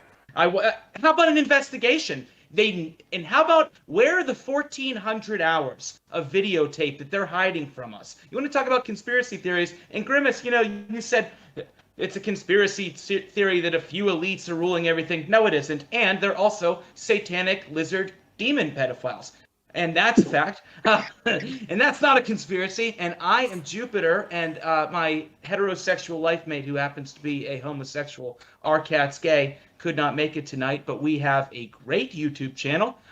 Please come find us there, although we are blocked for one more week for racially insensitive language, hate speech, and homophobia. What did you say? No, we don't need to know. Okay, got it. Thank you guys so much for coming by. I really appreciate it. Love you so much. Love you. By the way, I'm so happy you guys came by. So thank you so much for coming. I'm gonna go ahead and leave the whereby if you all want to stay behind and talk, you can. But once again, thank you guys so much for coming by. I really appreciate it. Bye. Bye. Bye. Bye. Okay. All right. You see, I love these guys. We may argue a lot, and that's understandable. But the thing about it is that it's all love. It's all love with us. It's like a family that we've had for so long. And we go after each other a lot, but in the end, it's all good. And I'm sorry we never got a chance to do the I'm sorry we never got a chance to do any hypotheticals, but it is what it is. Okay. All right, there, ladies and gentlemen. I want to thank everybody who donated. This is this is usually, the streams are 3 hours because of the debate. And I know that's pretty long for YouTube, because YouTube usually have a debate for an hour and a half. And unfortunately, you guys, that format came from Twitch, because Twitch have debate panels that are like 4 hours, 5 hours, 6 hours. I refuse to do that. So I lowered mine down to 3 hours, and then that was that. And so that's why it's so long. And I know that's like taboo, or it is taboo for YouTube, but I haven't made up my mind if I'm coming back to Twitch or not. So that's the reason why I'm going to keep it at 3. I'm going to keep it at 3 hours. So there you have it. Okay. Love them all. Love them all too. Even Grimace, which pains me to say. Everybody loves Grimace. You know what I'm saying? You know what I'm saying? There is that. So yeah. It's pretty cool. But I want to thank you guys for coming in. I'm going to go ahead and log off. I want to thank everybody for donating. I will see you all tomorrow for the Treehouse News at 6 o'clock p.m. Eastern Standard Time. Okay, the Treehouse News tomorrow at 6 o'clock p.m. Eastern Standard Time on Monday. And I will have a brand new video also uploaded probably tomorrow at 1 o'clock, okay? So with that being said, you all take care of yourself. Thank you so much for coming in. Look forward to a new video being uploaded in addition to a live stream, okay? I'll see you all next time. Later, taters. Bye.